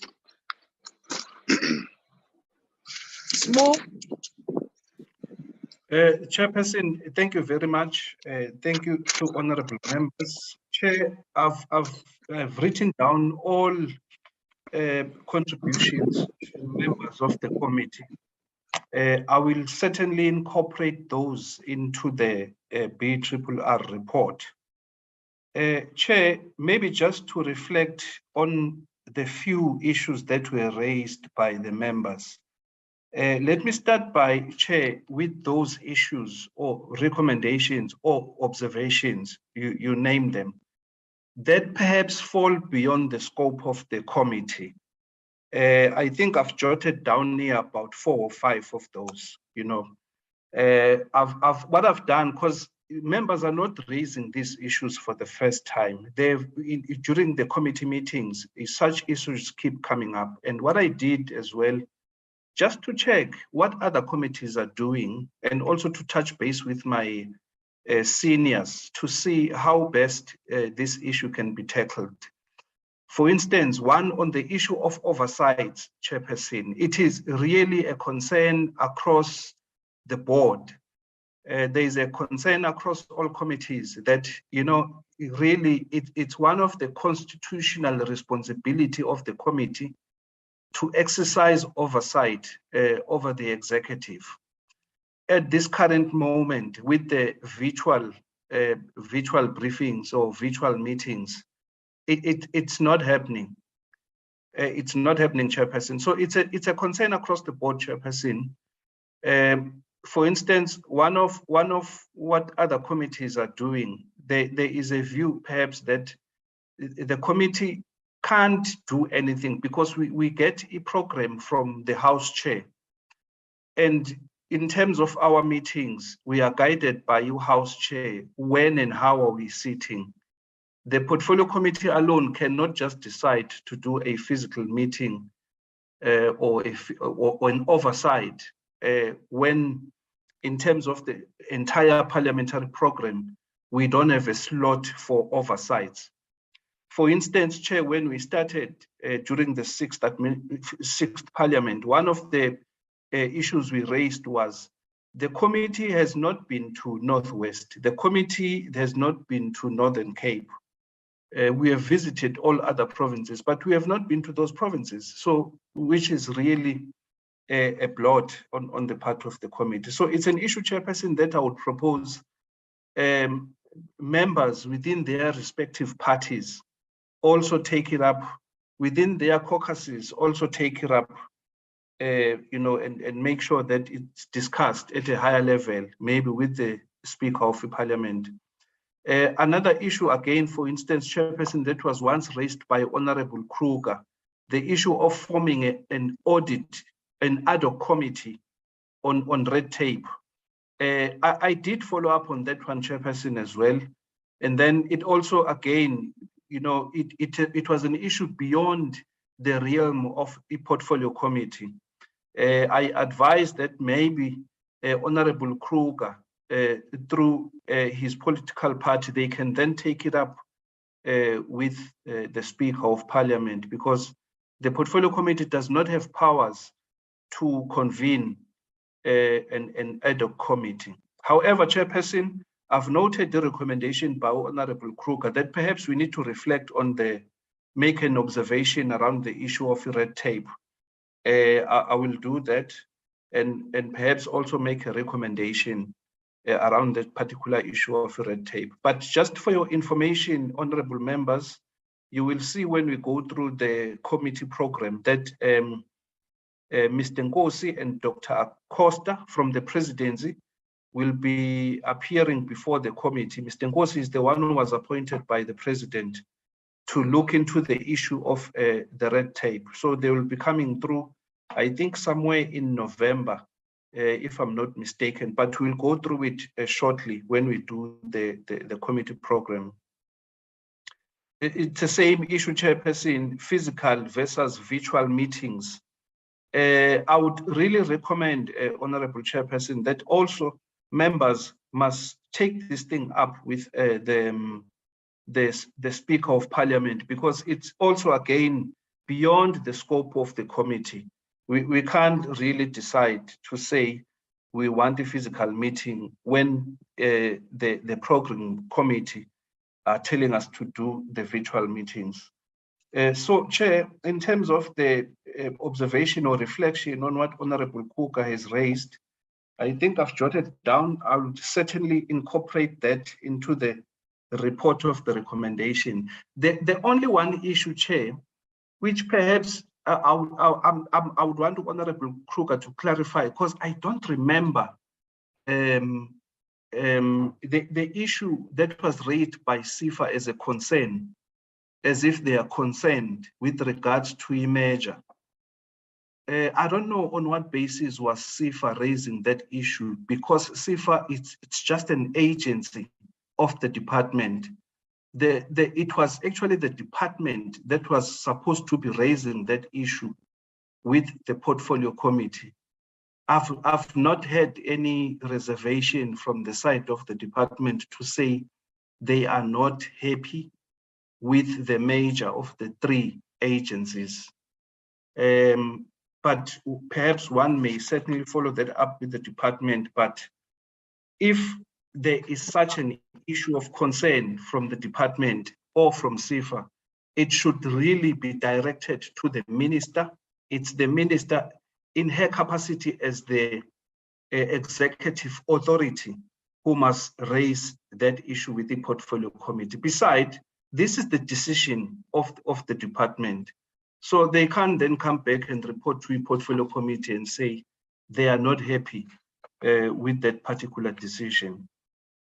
On the issue raised by you, Honorable Mtenjane, I think I've touched on those. It's around the issue of oversights that are not happening, and also the issue of physical and virtual meetings. Also, Honorable April is also raising the issue of the oversights that we, as a committee, we hardly ever have a physical oversight. Again, honorable members, the one handicap about this BRRR report is that it is the report of the committee. You know, we can't then make recommendations to the committee. The recommendations we are making here are the recommendations to the minister. It's the minister who must respond to those recommendations. On any other issues, really, we can only make observations, but in terms of making the recommendation, we cannot, because in terms of this report, the recommendations must go straight to the department and to the minister. Honorable Matulelo as well raised the issue of oversight and perhaps the concern with the department. Also, Honorable de Villiers made a similar observation around the issue of oversights, physical meetings versus virtual meetings, and the importance of conducting oversight over the beneficiaries of the department, CIFA and SIDA.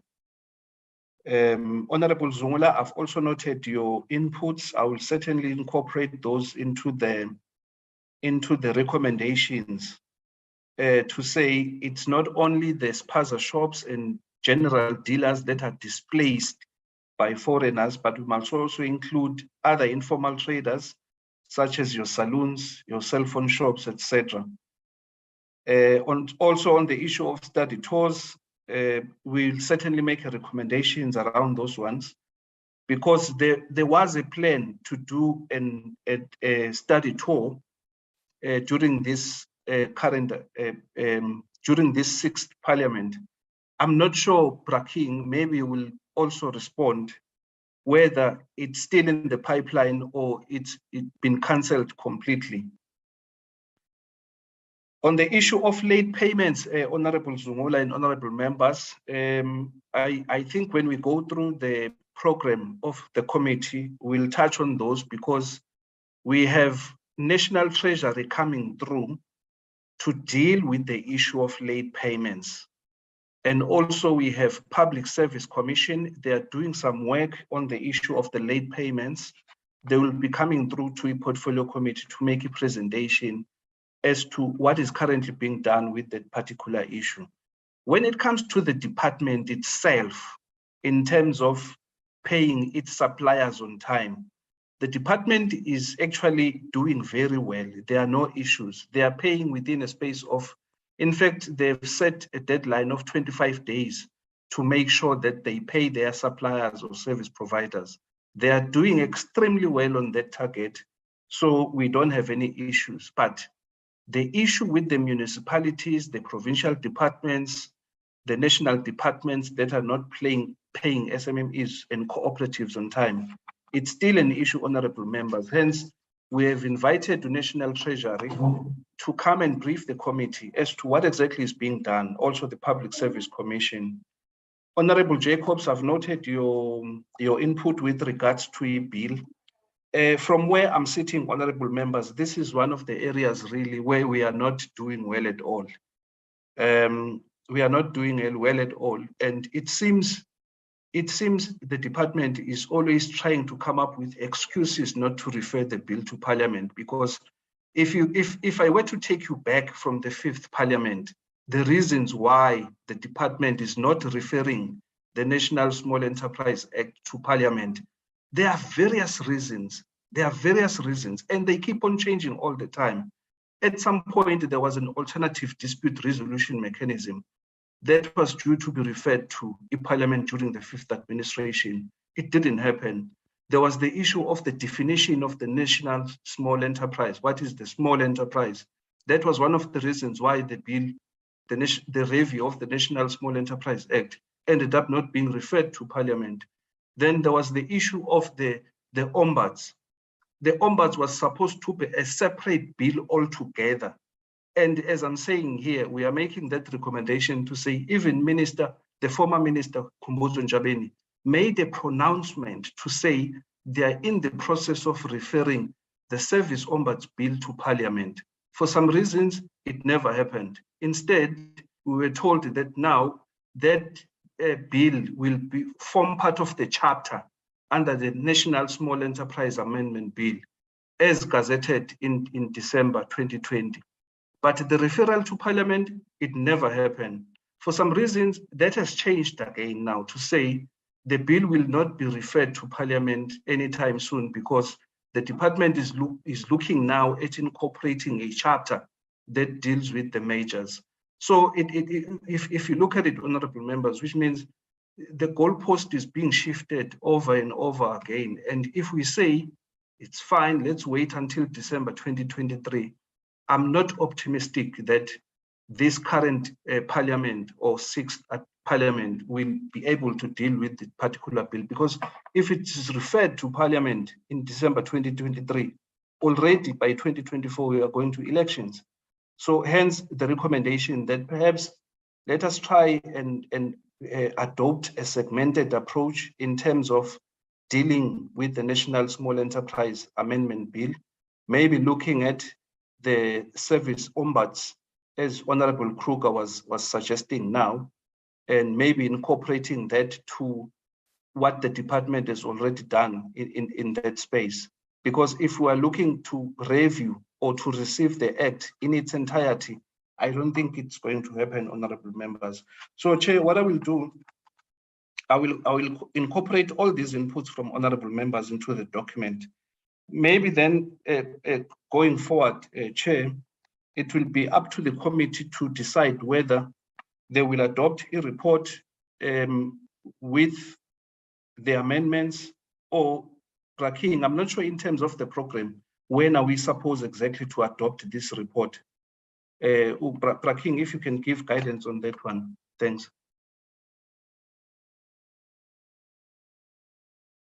Thank you, Braking. Give guidance and then we'll make a ruling on this one. Thank you, Chairperson.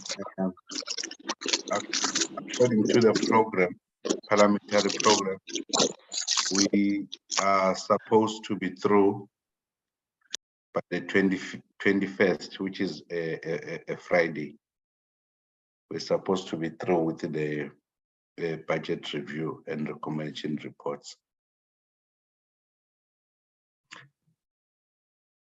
Honorable members, then I will propose that we adopt on condition that we incorporate those amendments or contribution from members. Madam Chair. Madam Chair.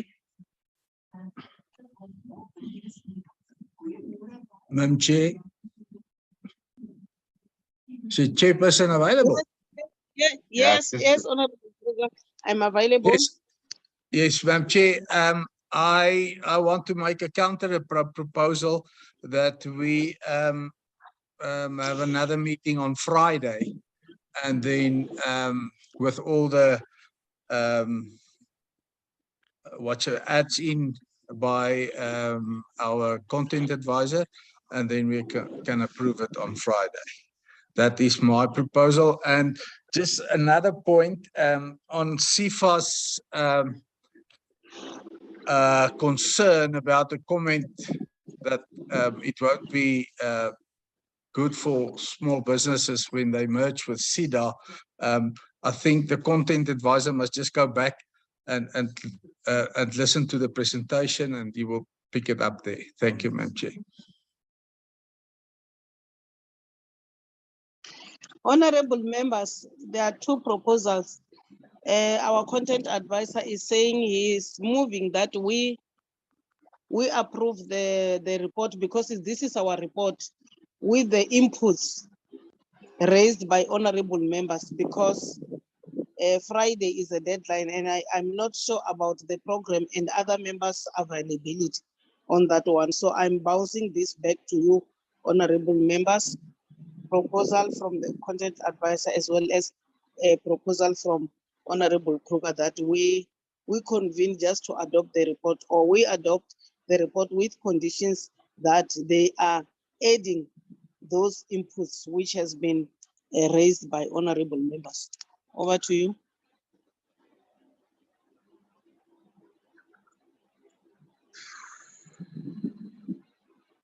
You will assist me, King.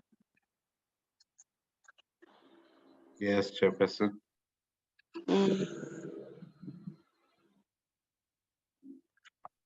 There's a hand from Honorable Mtenjani. Honorable Mtenjani. Well, once again, thank you very much, Chairperson.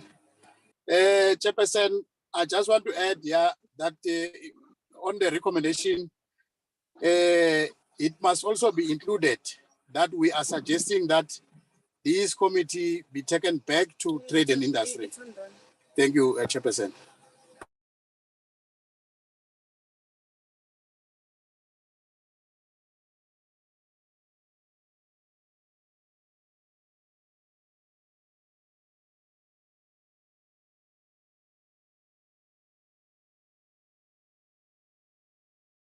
Chairperson.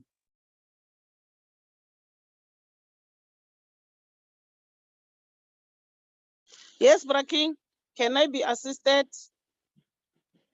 I heard Honorable Mtenjana. I think they are going to incorporate your recommendation, your observation and recommendation. But for now, I want a one who will move for the adoption, who will accept the adoption, because the content advisor has moved for adoption by the August House. Oh, Chairperson. Okay, I move. Chairperson. Thank you. Yes. Okay. No, Yes, I was you can merely talk. saying it was a suggestion, Chairperson. The official can't move. It was a suggestion, Chairperson, that maybe members may consider adopting today with conditions. Thanks. I'm saying that when you have requested that we adopt it, so I'm speaking to honorable members. You are right, Honorable Sbo. You are right, Sbo. I'm talking to honorable members because this is our report. There's a hand from Honorable Tlomelang, Chair. Honorable Tlomelang. Thank you, Chair. Chair, I think we must just formalize it from our side that we move for the adoption of the report with the inclusion of all the points that has been added by our members. Because according to the explanation that the content advisor gave us earlier on, which means this is our report. And if we have exhausted, unless if we are saying there's still any other issues that we need to. But for me, I don't see the point of waiting for Friday. I suggest that we include all the points that has been deliberated on by my colleagues, and then we move for the adoption of the report and include all the suggestions that has been made today. That is my point, Chair. I so move with all the additions. Thank you. Yeah, I Honorable support. members. I support Support. Honorable, I second Honorable Comrade Bridget, Chairperson. Thank you. Thank you so much. Sbu, you will do likewise. And you will also circulate the report with his amendment to members, just to formalize it. We are done with this item. Can we move to the next item, King, which is adoption of minutes?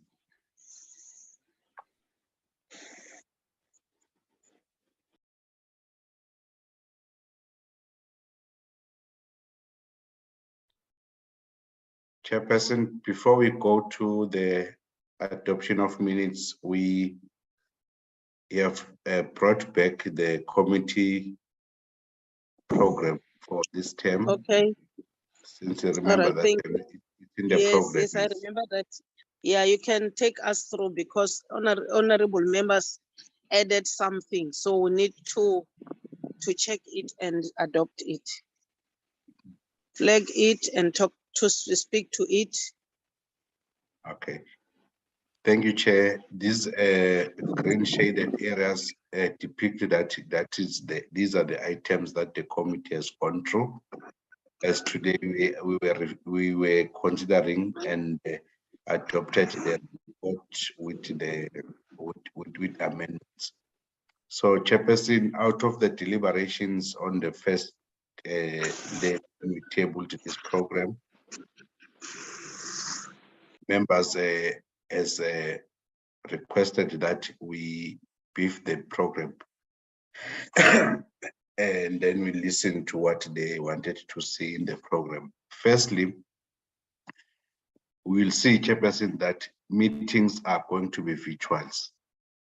The reason for that is that we as the as the secretariat, we do not have any powers to change it to be a fiscal meeting, since we have been given this instruction in 2020, where there was this, when this pandemic started, that meeting should be virtually.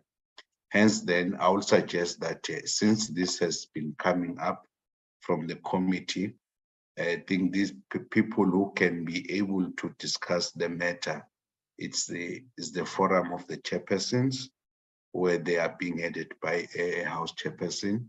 There is a chief whip forum where all the whips of the political parties, they have they participate, and then they can also make use of the caucuses of the political parties, where they can discuss the matter, whether this should now go physically or with this regard the virtual meetings. We don't have power, since we have been given that instruction from the office of the house chairperson. So on those bases, that is why we have put the meeting as they will be in the virtual platforms. Secondly, the question of oversight. Normally, we draw this program from the parliamentary program. Secondly, from the directives from the house chairperson, where the house chairperson gives committees focus areas for the particular term. So now from there, we cannot then just put an oversight or just shift the meetings which are outside the focus area that we have been given by the house chairperson. So hence then the program, it comes as it is. You remember that oversight that we conducted that time, it was also an instruction. Excuse me. It was the instruction from the office of the chairperson and the speaker after those riots took place, and then they said they identified committees that were affected by the looting. Hence, we were able, then we were instructed that we must conduct an oversight and go to those areas. On the second leg of the flooding, we're not, in fact, the committee and the secretariat were lambasted when we conducted an item which was dealing with the flooding. And then we got a letter from the house chairperson which said an ad hoc committee has been formed, which is conducting oversight on those areas.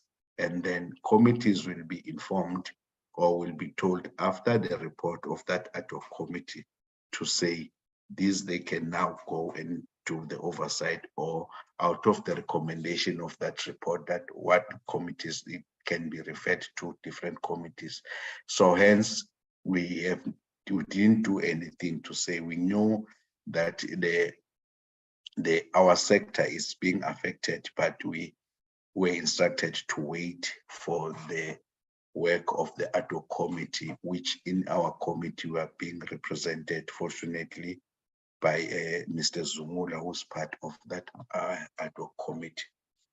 So I was just bring the attention of the members, the reasons on how come that we are still continuing with virtual meeting, and number two, why we were not conducting a fiscal oversight. Coming back to the program, Chair, and then on the 28th, excuse me, pardon me with my cough, we are expecting Banking Association of South Africa, and we're also expecting the briefing from the National Treasury on Cooperative Banks Development Agency when we are looking at repositioning cooperative banking institution to bridge the SMMEs and cooperative funding gap, which Mr. Kumet has talked about in the report. And then on the 2nd of November, where we are looking at the customized enterprise and supply development solutions, there was a talk, or there was a request that we invite those big companies. Hence, remember that time we did with Checkers, and then now we'll be doing with the Pick and Pay. And then on the same day, we were thinking that we can present the report on the petition that was referred to the committee, because we have to finalize it and table the report to the speaker as it has been referred to the committee. Excuse me. Then on the 9th of November, Chairperson, that is where we are looking at the opportunities that are available for small enterprises, drawing from the expert, which is Miss Alice Hatting, an expert on sustainable development, and then from trade industrial policy, where we'll be looking at the barriers that hinders the progress or the development or growth of the SMMEs, and then what investment are there that can be available for enterprises, youth-owned enterprises, unemployed graduate, and enterprise owned by women that are being posed by the climate change. Then on the same day, we'll be having the Public Service Commission, and the Public Service Commission, which will be trying to look at what are the causes of failures of the different departments, government departments, to comply with the 30 days payment, as we know that they are the one that are looking at that issue, which has also came in the report raised by the members. So now on the 9th of November, we'll be dealing with that, and then what is it that the department can do to those departments that are not complying to that 30-day payment of invoices. Then on the 15th, we have tried to involve the National Treasury, and then they indicated the dates that they will be available. So we're trying to have a special day, which will be on Tuesday, where we are going to have a session on creating and enabling policy and regulatory environment for SMMEs and cooperative, which is the role that is played by the National Treasury. So we'll also be briefed by the National Treasury. Then on Wednesday, the 16th, we'll be having a briefing on the role that is played by Mr. Nkosi, who is heading the the task team on the red tape reduction together with Dr. Costa. So they have given us the date of the 16th of November. Then on the 23rd of November, I'll be getting a quarterly report from the department and the entities of the Q2 performance report. Then on the 30th of November, which will be the last meeting of the term, we'll be having a small enterprise stakeholders engagement session where we have invited informal associations of the informal traders, excuse me, enterprise and financial cooperative association. So those are different associations that will be invited, as it has been a call from the committee members that we have to get that information on how can they enable the access to finance for small enterprises. So Chairperson, this is the program that we have developed, and then we have beefed it up after the deliberations that took place on our first presentation of the committee program, with the hope that the inclusion of what was raised has been effected here. Then the question of legislation, it does not reflect here, as it has been reflected in the budget review and recommendation report. This is the chair presenting to you and members to deliberate on it. Thank you, Chair. Dr. Unless Mr. Kumete can add if I've missed something, or if we can just give some clarity on the items that are in the program. Sbu, is there anything you would like to add? No, not much, Chairperson, except to say that honorable members will note that perhaps not directly, but indirectly, the issues that the committee is really preoccupied with are the issues that are of great concerns to SMMEs and cooperatives. One of those issues, Chairperson, as we presented at the beginning of this sixth Parliament, we categorized issues of concern for SMMEs and cooperatives into 4.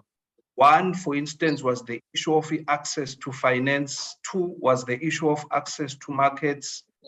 3 was the issue of red tape. Then 4 was the issue of infrastructure. Some of these issues, Chairperson, you'll find that they overlap. So what we're doing really is to not just to engage the sector, but to identify areas where, as legislators, we need maybe to come up with legislation, or areas where we need to beef up the policy. So that's basically what we are doing, Chairperson. If you look at the entire program, that's what it's all about, including engaging the sector, informal traders and cooperatives.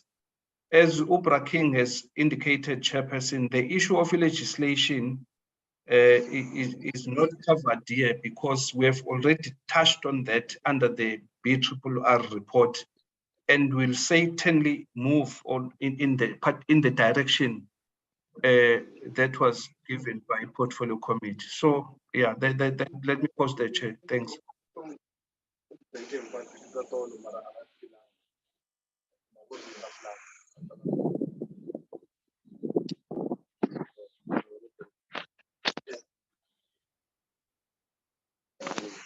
Hello, Sbu.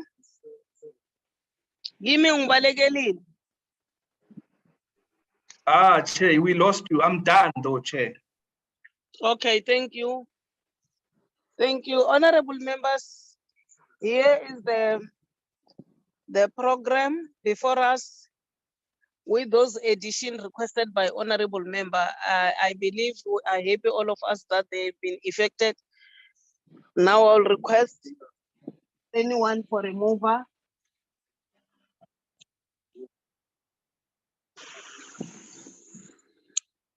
King, you will assist me by identifying us. Honorable members, can we have a move for the adoption of the program? Okay, I move for the adoption of the program. Thank you, Honorable Jacobs. Any seconder?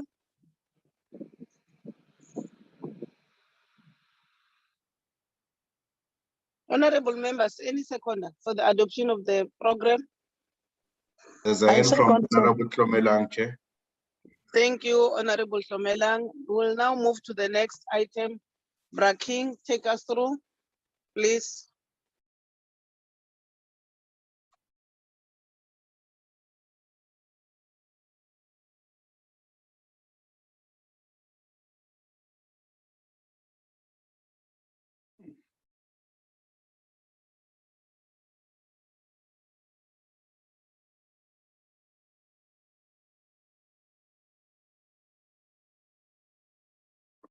Chairperson, these are the minutes of Tuesday, 11 October 2022, where the committee was receiving briefings in preparation for the BRRR, receiving briefings from the agency, from the auditors, which is Sizwe Kopoto Cranthornton, which audits the CIFA, and then also the audit outcome 2021-22 audit outcomes of the department and CEDA from the Auditor General of South Africa. And then the committee considered the 2022 fourth term committee program, and also did the committee minutes of the 28th of September 2022. These were the members who were in attendance. These are the members who had extended their apologies, Mr. Mieni and Inkosi Utuli. These were the members of the delegates from the ministry, the department, and entities. And then the support staff from Parliament that was in attendance. And then we're starting from page 3. These minutes were circulated to members, though Mr. Tivilas felt that maybe it was a bit late, but they were circulated. That is on page 3. Maybe if there's anything that members can want to deliberate on or can move.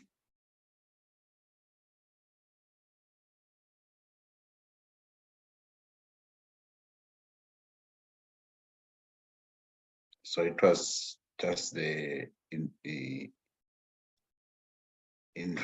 number 4, it was the briefing and presentation, Chair, where we got a financial outcome, annual and financial audit outcome of the department by Auditor General, which was presented by Ms. Apendule Matiane.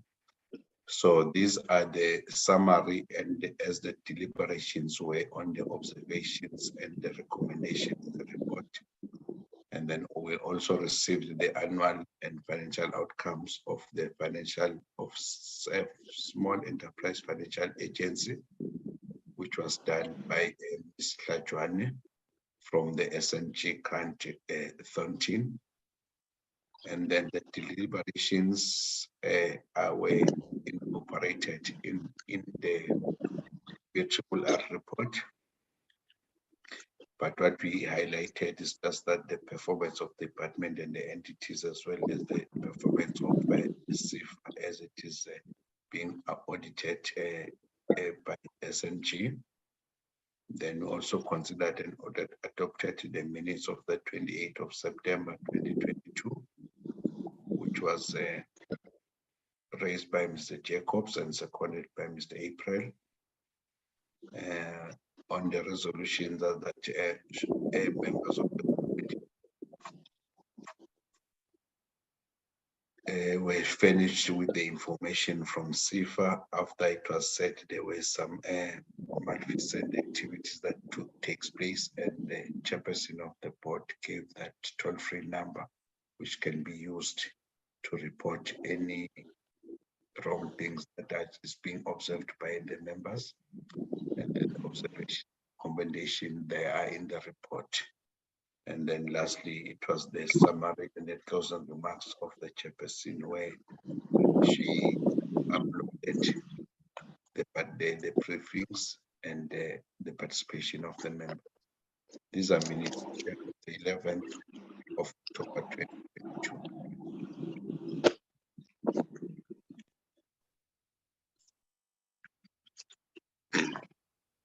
Thank you, Bracken. Can I have the mover for the adoption of the minutes?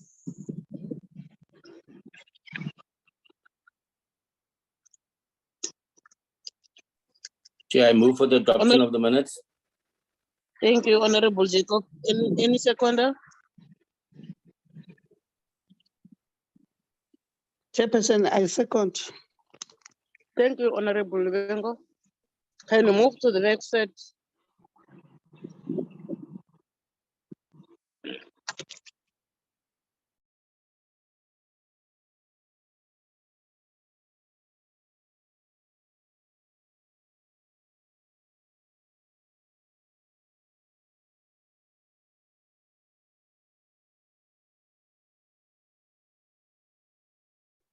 Chairperson, these are the minutes of Wednesday, 12th of October, where the committee received briefings on the 2021-22 annual performance report of the Department of Small Enterprise Finance Agency, SIFA, and then also of Small Enterprise Development Agency, which is SEDA.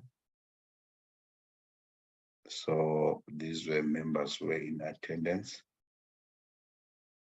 On page 1, with an apology of Nkosul Tuli, delegates from the department, ministry, and the entities.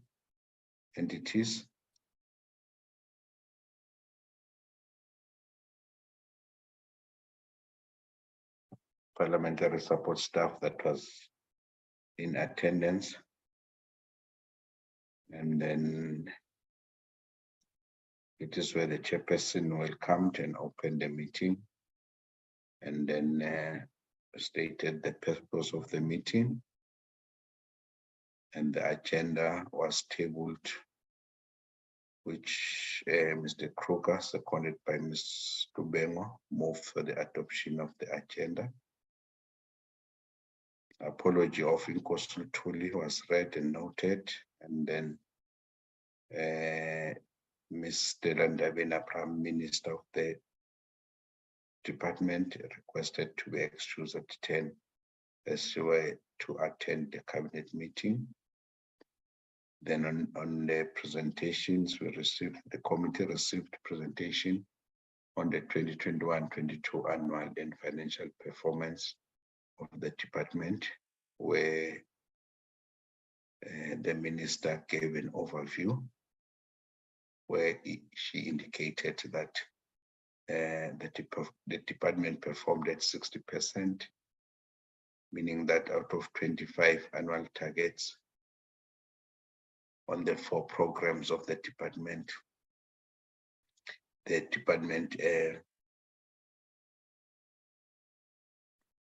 then it was on program 1 on administration department performed at 66.7%.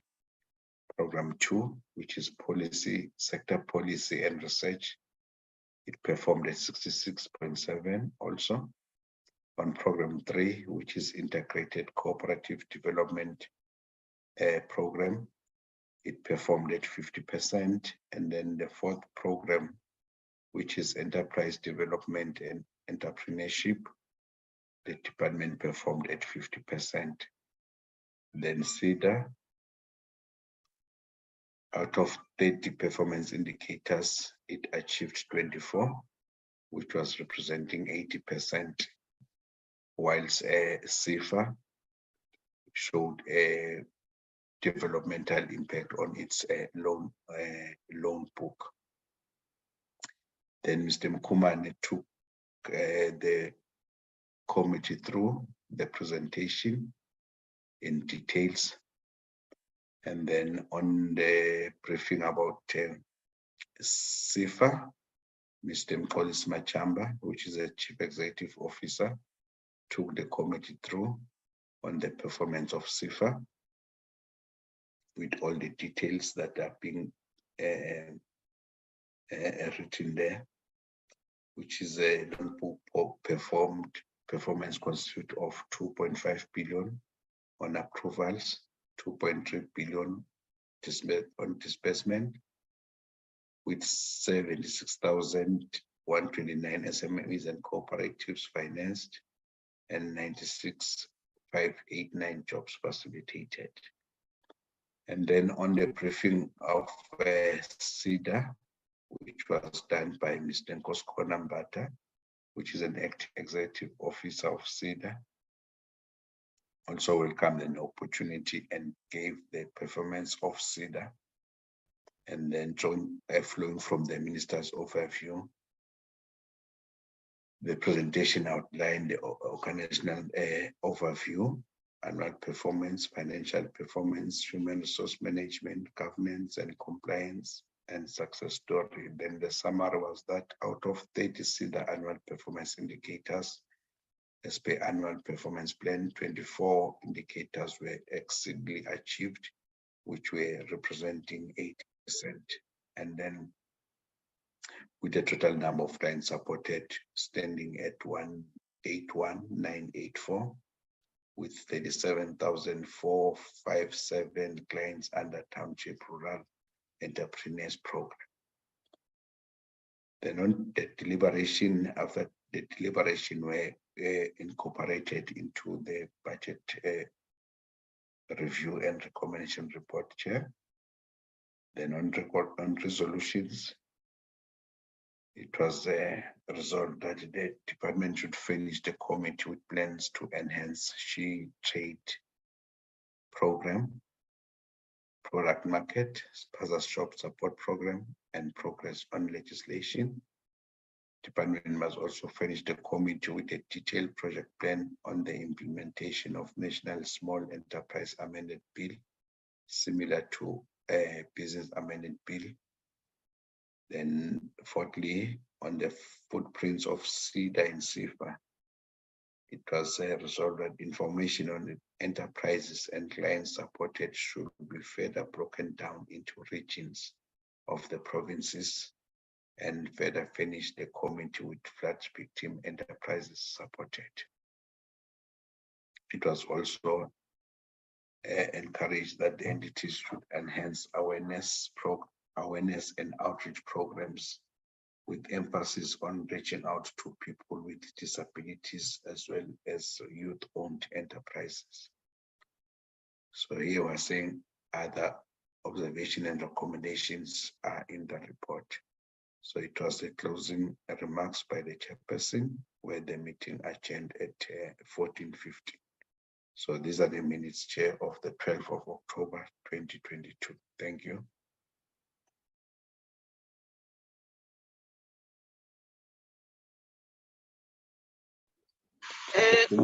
Thank you, Braking. Honorable members, here are the minutes before us. Can I have a mover for the adoption of these minutes? Chair, Yes, Honorable Lebengo. I move for the adoption of the minutes. Thank you. Any seconder, honorable members?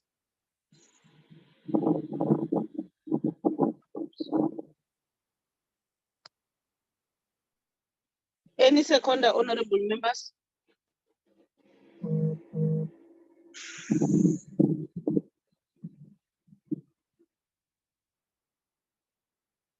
Honorable Jacobs, are you still there? Yes, Chair, I'm here. I need a seconder for the adoption of the minutes. Thank you, Chair. My apologies. I do second the minutes, Chair. Thank you. Next item, King.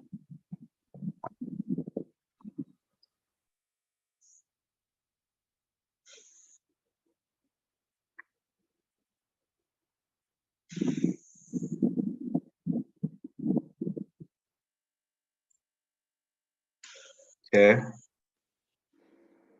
The next item, which is the closing remarks. Thank you. I wanted to be sure. Honorable members, thank you so much. We are going to effect all the inputs by honorable members because this is our report to the House so that the department can account before us. Having recognized everything which has been raised, issues of concerns and advices, I believe as the chair, I'm taking this serious. Moving forward, we will make sure that we do oversight properly as requested by honorable members. Thank you. Thank you so much, honorable members. The meeting stand adjourned.